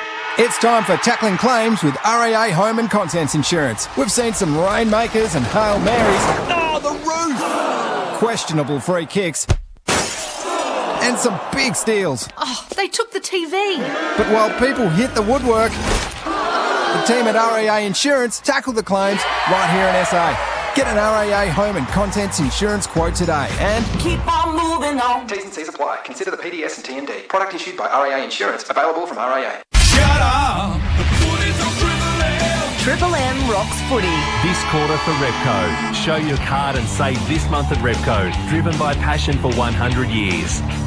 McDonald's and Ream Hot Water. Triple M rocks Saturday afternoon football at the MCG. Three-quarter time, Collingwood Bay 17 points. Ash, let's quickly go around the grounds if we could, please. BT, it's Swans leading the Giants by, 55 points, almost halfway into the third. Red Z lending stats, Ash, what have you got? Connor Rosie leading ball win on the ground with 28. Let's get downstairs, Jay-Z. BT, Jeremy Howe's the one to watch for Collingwood. Copped a heavy corking midway through the third quarter on the outer side. Got the free kick, but has received a lot of treatment on that buttock area of his, so certainly not 100%, be a bit stiff and sore. St Kilda ruckman, Tom Campbell, late withdrawal for the clash against Hawthorn tonight. Mitch Owens comes in. Bernie and Duck, Seabus Super Special, making hard work pay off. Oh, Collingwood just made the most of their dominance in that quarter. Got the ball going forward. They've good players, got busy around the footy. Nick Dacos, I've been watching that match-up with Power Pepper throughout the day. So 52 minutes he's spent on him, Power Pepper, and Power Pepper's had 7 disposals in that time and kicked a goal. Nick Dacos has had the 10 disposals in that matchup. So I think that's a win for Port Adelaide, and I think teams now will look to do this, put some time into him, because when you let him run around and do his own thing, he can cut you up. So, and they love giving the ball to him. They almost turn and want to give it to him every time. They find themselves in a different position. They haven't been in this position for a few weeks, Collingwood. They've been coming from behind, so they've played with a real freedom in the last quarter. You'd like to see them obviously do that in this last quarter as well, but it's different circumstances. Still got to take the game on. Enjoy a 17-point lead, the Magpies, as we get the final quarter underway here at the MCG. Collingwood a chance to be as high as third on the ladder and 10 wins in a row. Craig McRae's first year in charge. What a story. The Pies unfolding. Free kick paid going the way of the Pies. Jordan De Goey is going to send them into attack. He goes short and finds Josh Carmichael, activated medical sub. Taylor Adams is the story. I think Jay-Z reporting a groin injury, we think, so that'll be a couple of weeks. Jamie Elliott something out of midair. He has got something magical about him. He never looked like that was going to miss. What a goal. Goal of the week contender. And the ideal start for the Pies, 12-8-80, Port Adelaide 8-9-57. That is all brought to you on the Triple M Repco scoreboard. Nice goal, that one. Absolutely, and basic footy really, isn't it? Got it in there quickly, and he, I'll tell you what he had, looking at the Harvey Norman, he had time just to assess. Yeah, he had plenty of time to assess. He looked at the footy, he thought, if I take possession, I'll probably get caught with it, so he just had a lot of time to just sink the boot into it. He actually had a couple of short steps to make sure he was in the right stride to kick the ball out of the air, if you can picture what I'm trying to explain there. But that's a really nice finish. Just to have the instinct to do that out of the air. Well played. Hard to draw a picture out of the explanation, but picturing that? I said picture it, but not 23-point lead here for the Pies early in the last. Burton through centre half back. A little kick along the ground to Finlayson. Finlayson goes down the edge of the centre square. High ball. Isaac Quain are able to defend it. Cameron got the handball out to Nick Dacos. He goes to Josh Dacos, and Josh Dacos marks on the half back line. Southern stand side this last quarter. Collingwood attacking to the punt road end. Josh Dacos looking for crisp. Set him a bit of a task there. Spills over the back to Burne-Jones.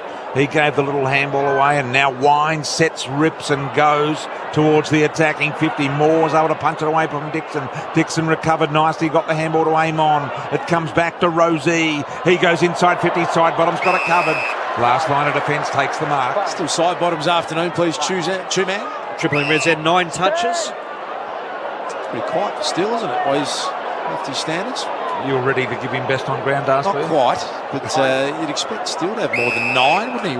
Yeah. He averages across his career, he would have been 20 plus almost every year he's played. So Hoskin Elliott now, members wing side, the MCG. Darcy Cameron, Finlayson from behind, managed to get it in the direction of Boak. Carmichael, Curry's retired. McKenzie was on a collision course. Nash Johnson came the other way and took a good mark. It just felt like a car crash was about to happen then. Lipinski into the hands of Pendlebury. A lot of numbers back, so Scotty Pendlebury always prepared to back his skills in. Takes a fair bit of time with this and then just crafts the kick to the hot spot. Will Hoskin Elliott had a look at it. Amon picked it up. Burne-Jones on the boundary line. He really wants it over. And then he's disguised that well enough. Just as though he lost his bearings, BT, and accidentally wanted over the line. So to be thrown in deep in attack. Beautifully disguised by Burne-Jones. Beautifully disguised. Boundary throw in deep and Collingwood's attacking. Punt road 50. Cameron got rid of Finlayson. Couldn't quite get boot on ball though. It was Wine's kick out of defence. It was a scurried one. Side bottoms mark wide on 50. So Steele says to everybody around, just settle. We'll have a good look at this. First of all, I'll see if I can keep the distance, and if I can't, I'll find someone. He's good. He's as ambidextrous as you've seen a player. So side bottom now, looking like he's got this covered. Maynard tries to run from behind, but he's shadowed. Side bottom falls well short in the kick. High they go, and off hands. Bergman got a fist on it. A minor score. So 57 plays 81 in favour of the Magpies. Need to get everything right from here, Port Adelaide. If they can pull off a come from behind victory. I know Collingwood have been incredible in the close games all year. Centering kick, they have to be a bit more bold here. Burton gets involved in a run. A bit of a mismatch here for Marshall and Quainer. Quainer always punches above his weight. And Marshall able to usher that over for a boundary throwing. And half forward for Port Adelaide. 24 points is the margin. That's the Triple M Repco scoreboard. Show your card and save this month at Repco. Driven by passion for 100 years. Collingwood in a commanding position. Around the grounds, Choice Hotels, Ash. Sydney by 56 over the Giants, 17 into the third. Here's Burne-Jones picking up on the wing, got the little handball away. Amon having a bit of trouble controlling it. He too got the handball to Boak, and now it comes back to Wine. Searching low handball was really nice to Amon. Amon goes deep into the pocket. Dixon there, but Moore worked the angle and punched it over the boundary line. Gets the low fives from his teammates for his efforts. And we'll have a boundary throw in. About 35 metres into their 50, Port Adelaide. Cameron and Dixon will battle it out. Boundary line, boundary throw in a little offline. Picked up here by Butters. High ball to Pepper. Juggling mark, got it. Quainer couldn't quite get enough fist on it, and Pepper will get something well within his distance. Man on the mark's at 47. Sam Pepper. Quainer may have had a hand in there, but you've got to pay that, don't you? Collingwood fans not happy, but I'm paying that one. To get it back to a 3-goal game, Pepper has to kick this.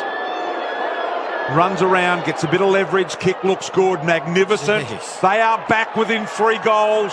It's very doable. Pepper's got a couple, and Port on the attack here. Yeah, we talk about that matchup again. Pau Pepper just keeps bobbing his head up at the right times, finding the footy. He's hitting the scoreboard now as well with his second goal and putting a lot of time and effort or pressure on Nick Dacos, making him earn every kick he's getting at the moment. And that matchup, Ash, between those two? Yeah, 60 minutes Pau Pepper's played on Nick Dacos, and if we look at the two majors for Pau Pepper, Nick Dacos, he's had 10 touches, Pau Pepper up to 9. Jay-Z, Bob Jane teammates. Jeremy Howe's just gone downstairs with a doctor. He told him quite clearly, I can't run. He got that heavy corky outer side the third quarter. Of course, the Pies have a short turnaround. They play Melbourne on Friday night, so light duties this week for Jeremy Howe, you'd think. Thank you, Jay-Z. For Bob Jane teammates. Pau Pepper again involved.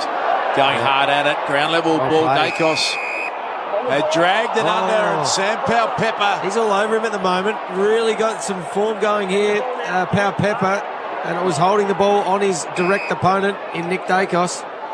Trying to milk a 50-metre penalty there, Pau Pepper. Did well, Nick Dacos, to hold that up. Oh, he had the handball to Burgoyne.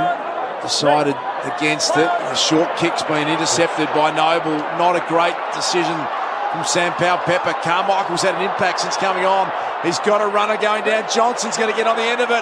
Just over his head, confronted by Aaliyah. Johnson's worked his way around. Out the back, Jamie Elliott was all on his own, but Pau Pepper's work rate to get back was huge. It was his kick, his poor kick that was the turnover, so he went down to make amends. Spinning pirouette here, gobbled up here by De Goey. De Goey keeps it alive, taps it to himself, ran into McKenzie. Aaliyah's got it, he's tackled. Handball to Jones. Jones to Burn-Jones. Burn-Jones still inside 50. Wobbly little kick, iffy little kick. Gobbled up there, but not really capitalised on by Farrell. Burn-Jones coming again. Missed the target with a handball. It's all or nothing for Port. They've got to go, and they've got to go now. Maynard rips it away. Little kick, not a mark. Umpire will call play on here, and he does. And a tackle eventually by Jonas will result in a ball up. Geez, they were out 3 or 4 times there, Port Adelaide, and they just didn't want to kick the footy. No. Just overused coming out. Even 3-goal margin in favour of the Magpies. Slapped forward by Mason Cox. 78 for the Magpies goal. McCreary couldn't quite pick it up with a Pendlebury. Just always does what's required, and that was clever. How about that kick? He's guided it, Burn, along the boundary line, gained 40 metres, and no call for deliberate. So the Pies will be able to reset here in attack. Still plenty of time left in this game, but you can't make too many mistakes from here if you're Port Adelaide. Against the close game specialist Collingwood. Boak picks it up. Got it back to Jonas. Scrubbers a kick forward. Dixon and Darcy Moore. Little toe poker from Dixon. Over the top, Farrell. In there, Bianco. This is happening right in front of Jay-Z Clark at half forward for Collingwood. It's going to be thrown up. Do you reckon this has ever happened before, BT? Having a Burn-Jones and a Jones in the same team on the same day that a Hoskin Elliott and an Elliott are playing? Probably not. I wouldn't have thought. That's a good one. Rosie. It was a bit of a boring patch. I thought I'd throw that in. Yes, no, it was nice. Yeah, nice. Over the head of Moore. Noble. 3 goals down here, Port Adelaide. Maynard. Chipping ball. Cox. Oh, that's a free. And Rosie restricted him, and Cox awarded the free. And Burn-Jones making it difficult for Hoskin Elliott to get the footy back. And now it does come back to Cox. And he says, soaking it up. He says, look at me. Slow it down a bit, I'm on TV. High ball, Elliott. Big punch away, committed Elliott. Awkward fall. He lets everyone know what he's doing, doesn't he, mate? Probably could just do it. Slow to total there. Very camera aware. 7-footer. A little bit slow to get up. It's Jamie Elliott after the crash landing. Mason Cox guiding it down. With Dersma almost dispossessed. Picked up though by Travis Boak to Finlayson. This is a good opportunity. They're going through the middle. Butters back to Boak. Hasn't seen McCreary. Managed to get the handball away, but Maynard, reliable player who puts it out in front of Carmichael, could trap it inside the boundary line. So once again, forward half opportunity for the Magpies. They're 81, Port Adelaide 63, 18-point margin on the Triple M Repco scoreboard. And once again, just that one extra handball. They were out a couple of times, Port Adelaide. 23-2 handballs in this quarter, Port Adelaide. Collingwood players throwing their hands up on the bench there, Jay-Z. They can't get on the ground. Yeah, Jeremy Howe still downstairs with getting some treatment on that cork. He might not come back on for the day, BT. Josh Dacos not happy. Noble. Bergman able to pick it up. Holds the hands out of the way, but Quainer got him in a ripping tackle. Still they possess the ball. Dersma got it off, and here they go once again. Big long ball from Butters. Goal! He has kicked a beauty from 50. Look at the Collingwood players. And Port Adelaide are right back in the game. Right back in the game. 12-9-81. Port Adelaide 10-9-69 on the Repco scoreboard. Well, a lot of Collingwood players going over the umpires. We see on the Harvey Norman replay, you've got to pay that hold of the ball. So Collingwood supporters are not happy. Did a full 360. The ball nearly came out of his hand. He regathered it and then handballed it off. But Port Adelaide making the most of it. Got on the end of it, and a nice finish there from Butters from 50 metres out. And all of a sudden, back to 12 points. This is game on now. Great goal from Butters. That. Look at this. Harvey Norman replay showing us clearly that holding the ball every day of the week. He was right there. He saw the tackle of the umpire, and that's why all the Collingwood players went over to him. Just a mistake for the umpire. That was one we were shown that they were going to pay a bit earlier. The tackle contest. Charlie Dixon trying a party trick behind his back, and it lands with Wines. Here they come again. Oh, beautiful hands. It was Butters again, who's a class act. He was like a jack-in-the-box there. Couldn't believe he'd marked it. Got a bit excited when he marked that, when it clunked it. Look at him here on the Harvey Norman. He gets it and then goes, yes! He jumps in here. And once again, that's why you don't come off after you kick a goal, because you're up and about. Yes, you can normally bang 2 or 3 quickly, and this guy's capable of doing that. Big kick. Benson, the Duck, the Triple M C-Bus Super Specials. This is massive. Zach Butters for back-to-back goals. And a kick it right on 50, directly in front. He doesn't like it off the boot. It drifts. So they are coming, though, Port Adelaide, back to an 11-point margin. Still plenty of time as Jeremy Howe looks like he's putting the jacket on down there, Bob Jane teammates. Jay-Z. Yeah, done for the day, Duke. Heavy cork in the third quarter. Yet another close one. Ash will come to you in a moment for Red Z lenders to remind us of those. And free kick will go the way of Alir here. They're down at the moment by 11 points. Alir short to Robbie Gray. He takes the mark 55 metres out. Pel Pepper offers the lead that's ignored. Here comes Marshall behind him. Cleared the space by Pel Pepper. And Pel Pepper says to Gray, well done, mate. But remember, I cleared the space for him.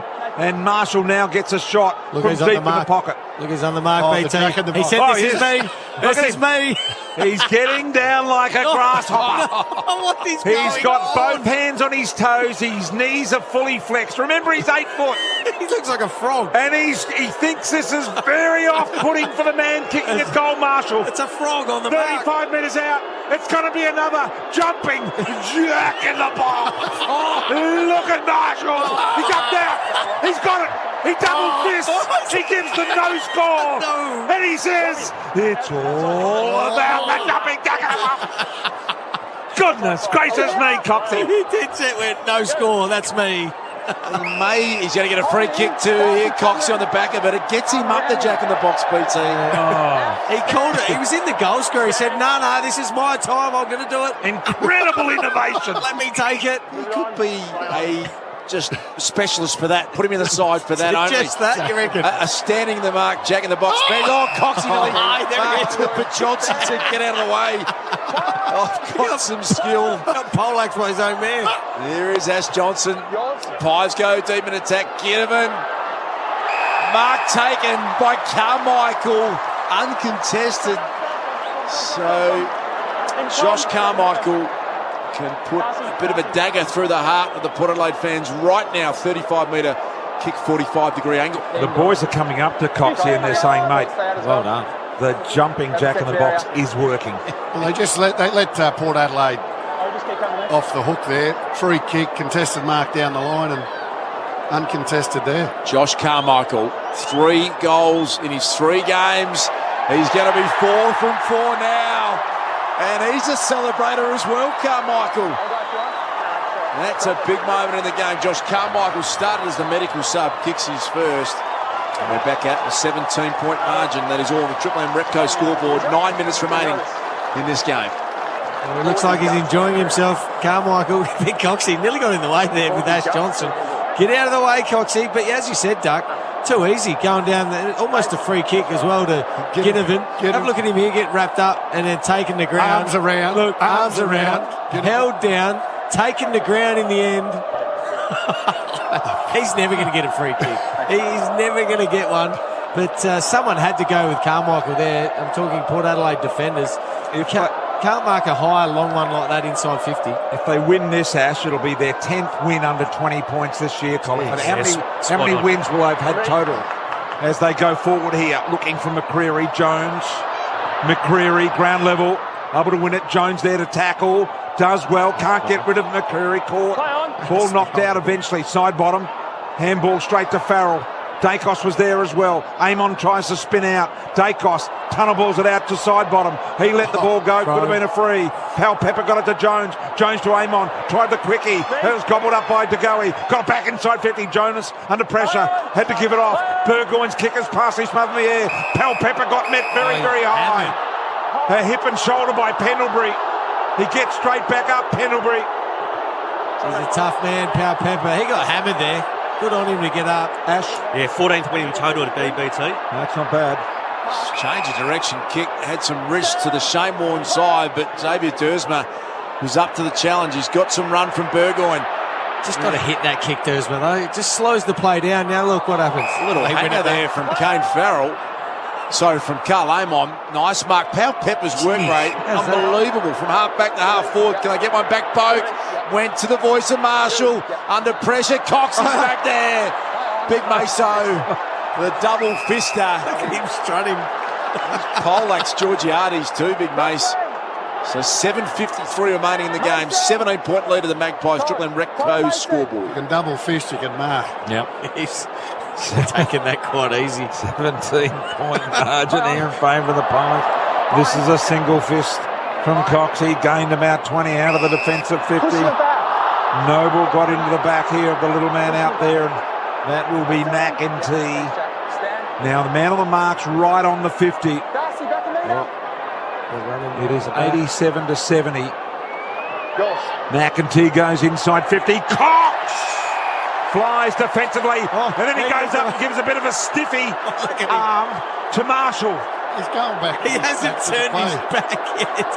Hasn't looked forward. I always thought he was at the wrong end of the ground there, Big Mace.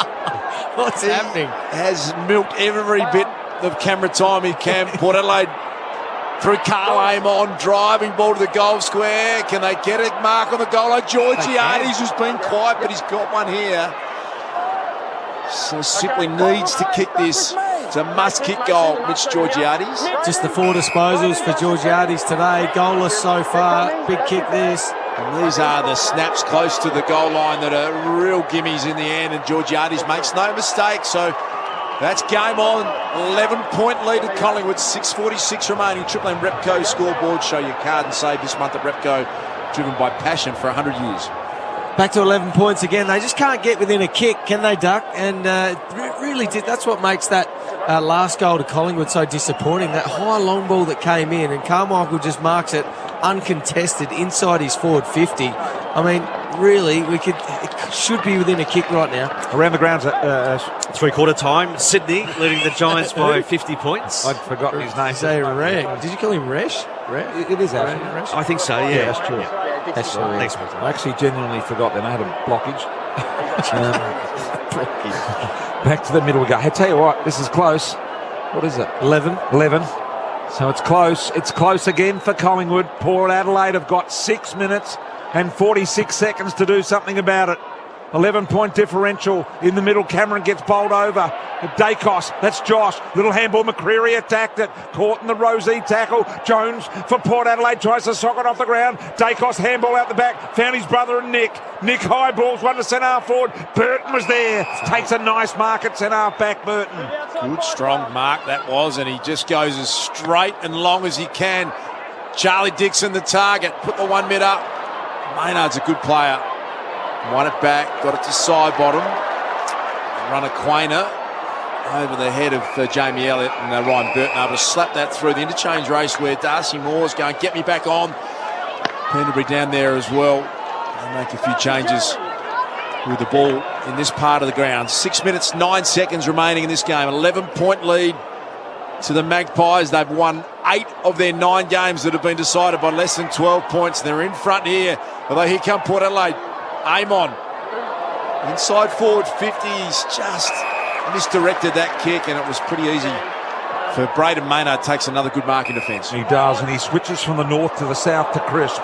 Crisp gave it to Nick Dacos. Nick Dacos got it to Johnny Noble. John Noble's got it to the southern stand halfback flank now, and into the waiting hands here of Bianco. So time is a-ticking. 5.5 remaining now. Collingwood 87, Port Adelaide 76. Ball out to the wing over the head of Hoskin Elliott, and Jones marked. Oh, he's going back like he's going to take his time here. And I think he's given his little calf a little tweaking. And now he gets it off to Amon because he was wasting a lot of time. Amon goes attacking back inside 50. Here come Port Adelaide again. Almost off the shoes. There was Marshall caught in the tackle. And we'll have a ball up attacking 50 here for Port Adelaide. And this is where you look for Robbie Gray and Butters and those guys to be on the move. If they can manufacture a goal here, Port Adelaide, that will put some pressure right in this contest. Jones is back up, might have been a bit of cramp. He fisted it away from Hoskin Elliott. Ollie Wines, the Brownlow medal winner, back inside 50. Port Adelaide, Dixon, Moore got the fist in. Here is Robbie Gray, ground ball to one. Butters was taken on. It was a Ginnivan style attempt, and no free kick was the right call, I reckon. They get it out of defence, Collingwood. Burton picks it up. A little bit of a handball intended from Wines. Well done to Goey. And Hoskin Elliott to Jamie Elliott now he had no one in front of him from half forward, so he went back and said, I'll do the team thing here. It's a bit of clock winding, and he'll kick short and find Lipinski. So great play in the end. Lipinski's got the ball at half forward. Kicks sideways to the Goey. Not the required journey. So the umpire says you must go. To Goey goes deep inside 50. Mark taken here by Burgoyne. It come in the south side. It's gone out the north side. And here's Powell Pepper. He's running hard, Sam Powell Pepper. Isn't he working hard both ways? All the way back into defence to Marshall. Robbie Gray's got a one-on-one. Terrible kick from Marshall. Put it straight down the throat of Nathan Murphy, and that releases the pressure for Collingwood. And now it can just share it around. Darcy Moore's got it at half back. 3:45 and counting. So happy to take some time here.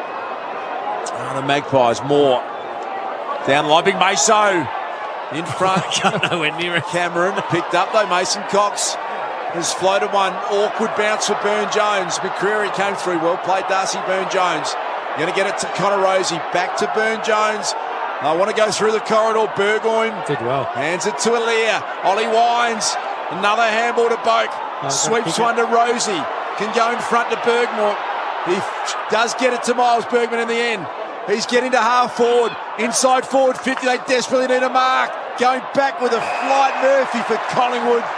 Huge intercept mark. Oh, he's becoming a really good player. Got it out to Crisp. They've got 4 players unaided on the outside here, Collingwood.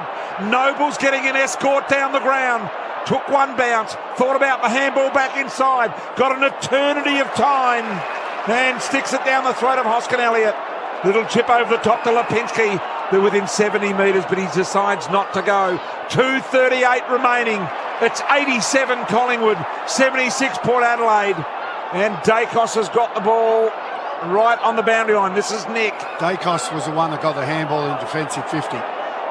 He plays on right from the boundary. High ball, top of the square. Bergman flies. Out the back it comes. Aaliyah's got it all to do. And it's a rush behind. 13-10-88 Collingwood. 11-10-76 Port Adelaide. On the Triple M scoreboard, 2 minutes remaining in the game. Well, the last 4 or 5 entries, Port Adelaide, they've just bombed it long, straight to where Collingwood's numbers are. There was a lead-up option there. Charlie Dixon actually led at the ball, had to lower the eyes and then go to the top of the square. Handy point, as we often say, because it gets the margin to an even 2 goals. Finlayson, I'm not sure what clock he's thinking about. He's just got to get going. Numbers back though, Das. Yeah, fair point. Marshall under pressure. Got it to Miles Bergman, so the Pies have dropped a couple of loose back and they're going to have to fight their way through it. Darcy Moore got back and they have parked the bus, as they say now, Collingwood. Okay, so the Port Adelaide sign, Bernie, are holding up a coloured green sign. It says nothing other than green. Green, what go. does that mean? Just go. Take it on. Go through the go. corridor. Go. Don't Port stop. Adelaide, go is the message coming from the bench. I don't know why they just won't write it. Go. Now, that would give it away, BT.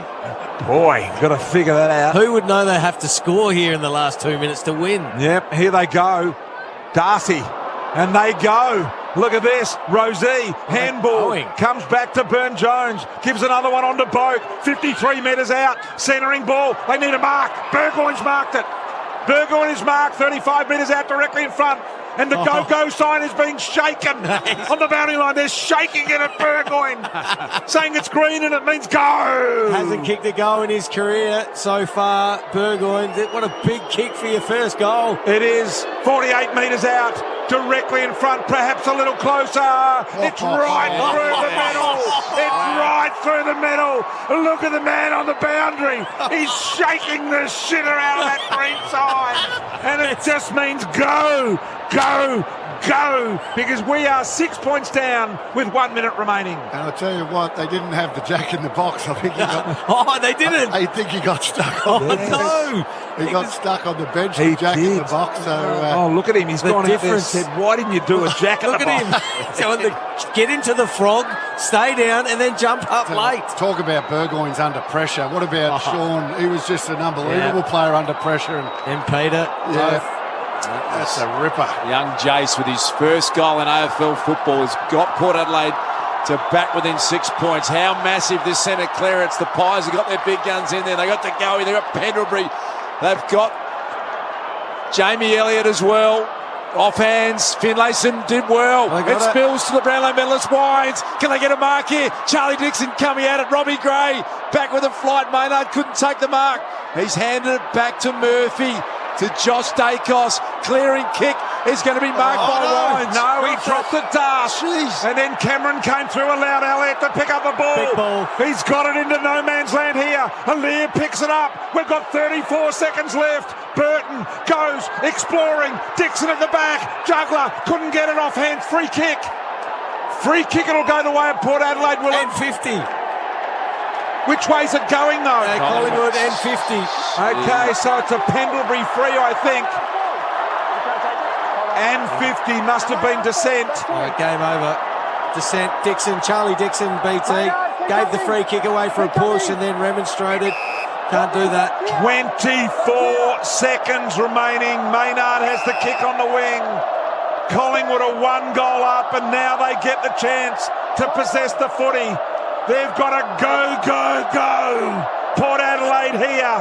They're going to run out of time. Collingwood in there, saw forward 50. Punt road end. Picked up on this occasion by Dersma. High ball. Marked by Boak at half-back. He has to be 50. That has to be 50, doesn't it? He got dumped in a tackle, Boak. Wouldn't have been enough. There's the siren. Collingwood win their 9th game by less than 12 points. The margin is 6. What a year. 10 in a row for Collingwood. Craig McRae has them in 3rd spot on the ladder at the MCG, and the Collingwood fans, they are out of their chairs celebrating. Wow.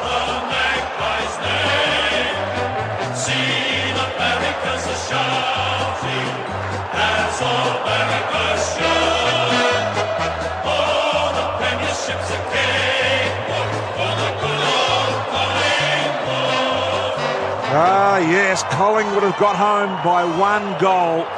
Astua, it has been a remarkable run. We're going to get a word from Jack Ginnivan shortly, courtesy of Fox, the broadcasters here today. Let's go down and have a listen to what the man has to say today. No, I can't now. We've won about 8 in a row, I think, by under 10 points. So it's no luck now. You're a young player and obviously not accustomed to this momentum. Can you appreciate how rare it is for the team to be in such great form? I don't think so. Not yet. It's sort of weird. Last year 1 and 4 when I played, and now 10 in a row. So it's pretty crazy, and so proud of the boys, and we held on again. So credit to the coach and all the players. 3 goals from yourself. It's obviously your position. Really hard to stay engaged and make the most of those opportunities. How were you able to do it today? Yeah, it's hard. Obviously coming off a shit week last week, didn't play my best, and just got back to work at the training track, and got lucky, and all the boys around me supporting me, so it was good to get on the end of a few.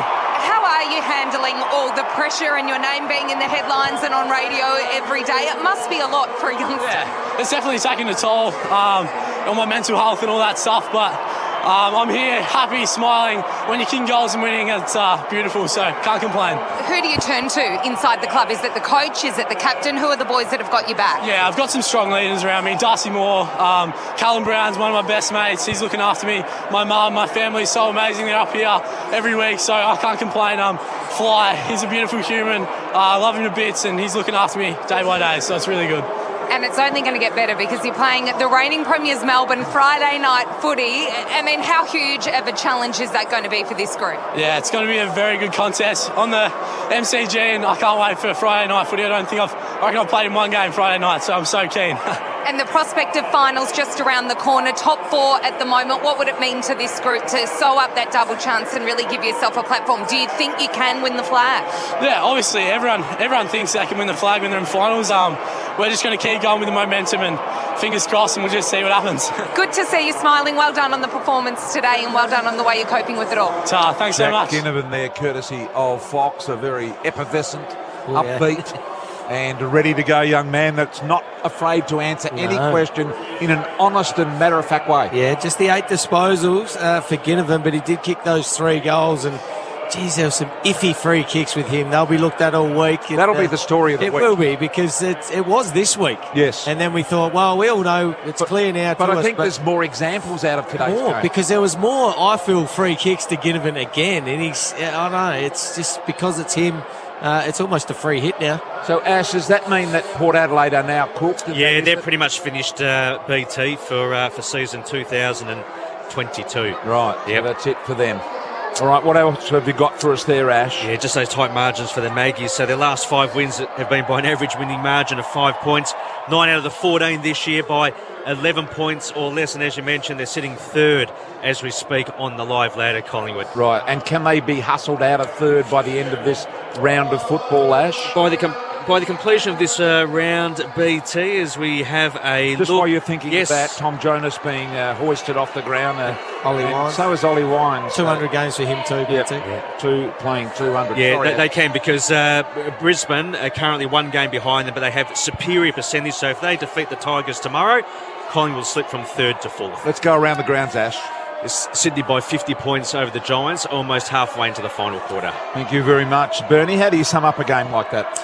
Well, Collingwood did what they had to do, didn't they? But Port Adelaide, they'll be kicking themselves. I reckon there was a moment late in that first quarter when Leary went back with the flight, dropped the mark. They were 24 points up. Collingwood go bang, bang just for quarter time. Then the game gets away from them in the second quarter. That's the ball game there. Think about the votes coming your way in a moment. Jay-Z, down to you. Injury wrap for today. Yeah, an injury toll for Collingwood out of this one, BT. No doubt about that. Taylor Adams, a gun-on baller, wrenched his groin, so that will be a big watch throughout the week. It could be a couple of weeks for him if it's a bad groin. Hopefully they can get him right for finals. And also Jeremy Howe, heavy corky in that third quarter, meant the Pies were down to 1 man in that last term. So corky for Howe, groin for Adams. They play Melbourne on Friday night, short turnaround. All right, thank you, Jay-Z, down there. Let's take a look at the Triple M MVP Award, homeloans.com, the best and fairest when it comes to home loans. What have you got today, Bern? For the one vote, I went out the square a little bit. I gave 1 vote to Sam Powell-Pepper. I thought he had an influence on this game. He went to Nick Dacos early on, kept him 70 minutes. He was on him for. He had 11 disposals himself in that time, kicked 2 goals on him, and Dacos had 10. So I know Dacos had 21 disposals, but whenever Powell-Pepper came off, he cleaned up. So well done to Powell-Pepper. 2 votes, Connor Rosie, 35 disposals today. He was outstanding. A PB for him. He's having some sort of couple of months of footy. What was his PB previous to today? 33. Yep. So he beat that again. He's in some ripping form. And 3 votes today. Best man on the ground, Jordan Ngoe. He had not the highest amount of possessions on the game, 23 disposals, 5 clearances, 3 of them centre bounce clearances. He kicked 2 really important goals. One of them was late, just before quarter time. But he had just won some really big, crucial contests through the middle of the ground. And I think today, obviously coming back into the side today as well, he had a real point to prove, I reckon, that he belongs in this Collingwood team. And if we spoke about it, if I'm a Collingwood supporter, I'm all over Jordan Agoa. You don't let match winners like that leave your footy club. Good on you, Bernie. Thank you very much. Who do they play next week, Collingwood and when? Friday night, BT, at the MCG against the Demons. And where are we going right now, Ash? Right now, we'll be going to Marvel Stadium, St Kilda, taking on the Hawks. All right, it's a cracking day of football at the MCG. Duck and Das and Byrne and Jay-Z and Ash and all of the boys on the pre-game show as well. Hope you enjoyed it. Collingwood are having an unbelievable run at the moment. They've won 10 games in a row. Stay with us. Plenty more footy to come. From McDonald's and Ream Hot Water, Triple M rocks footy. That corner for Repco. Show your card and save this month at Repco. Driven by passion.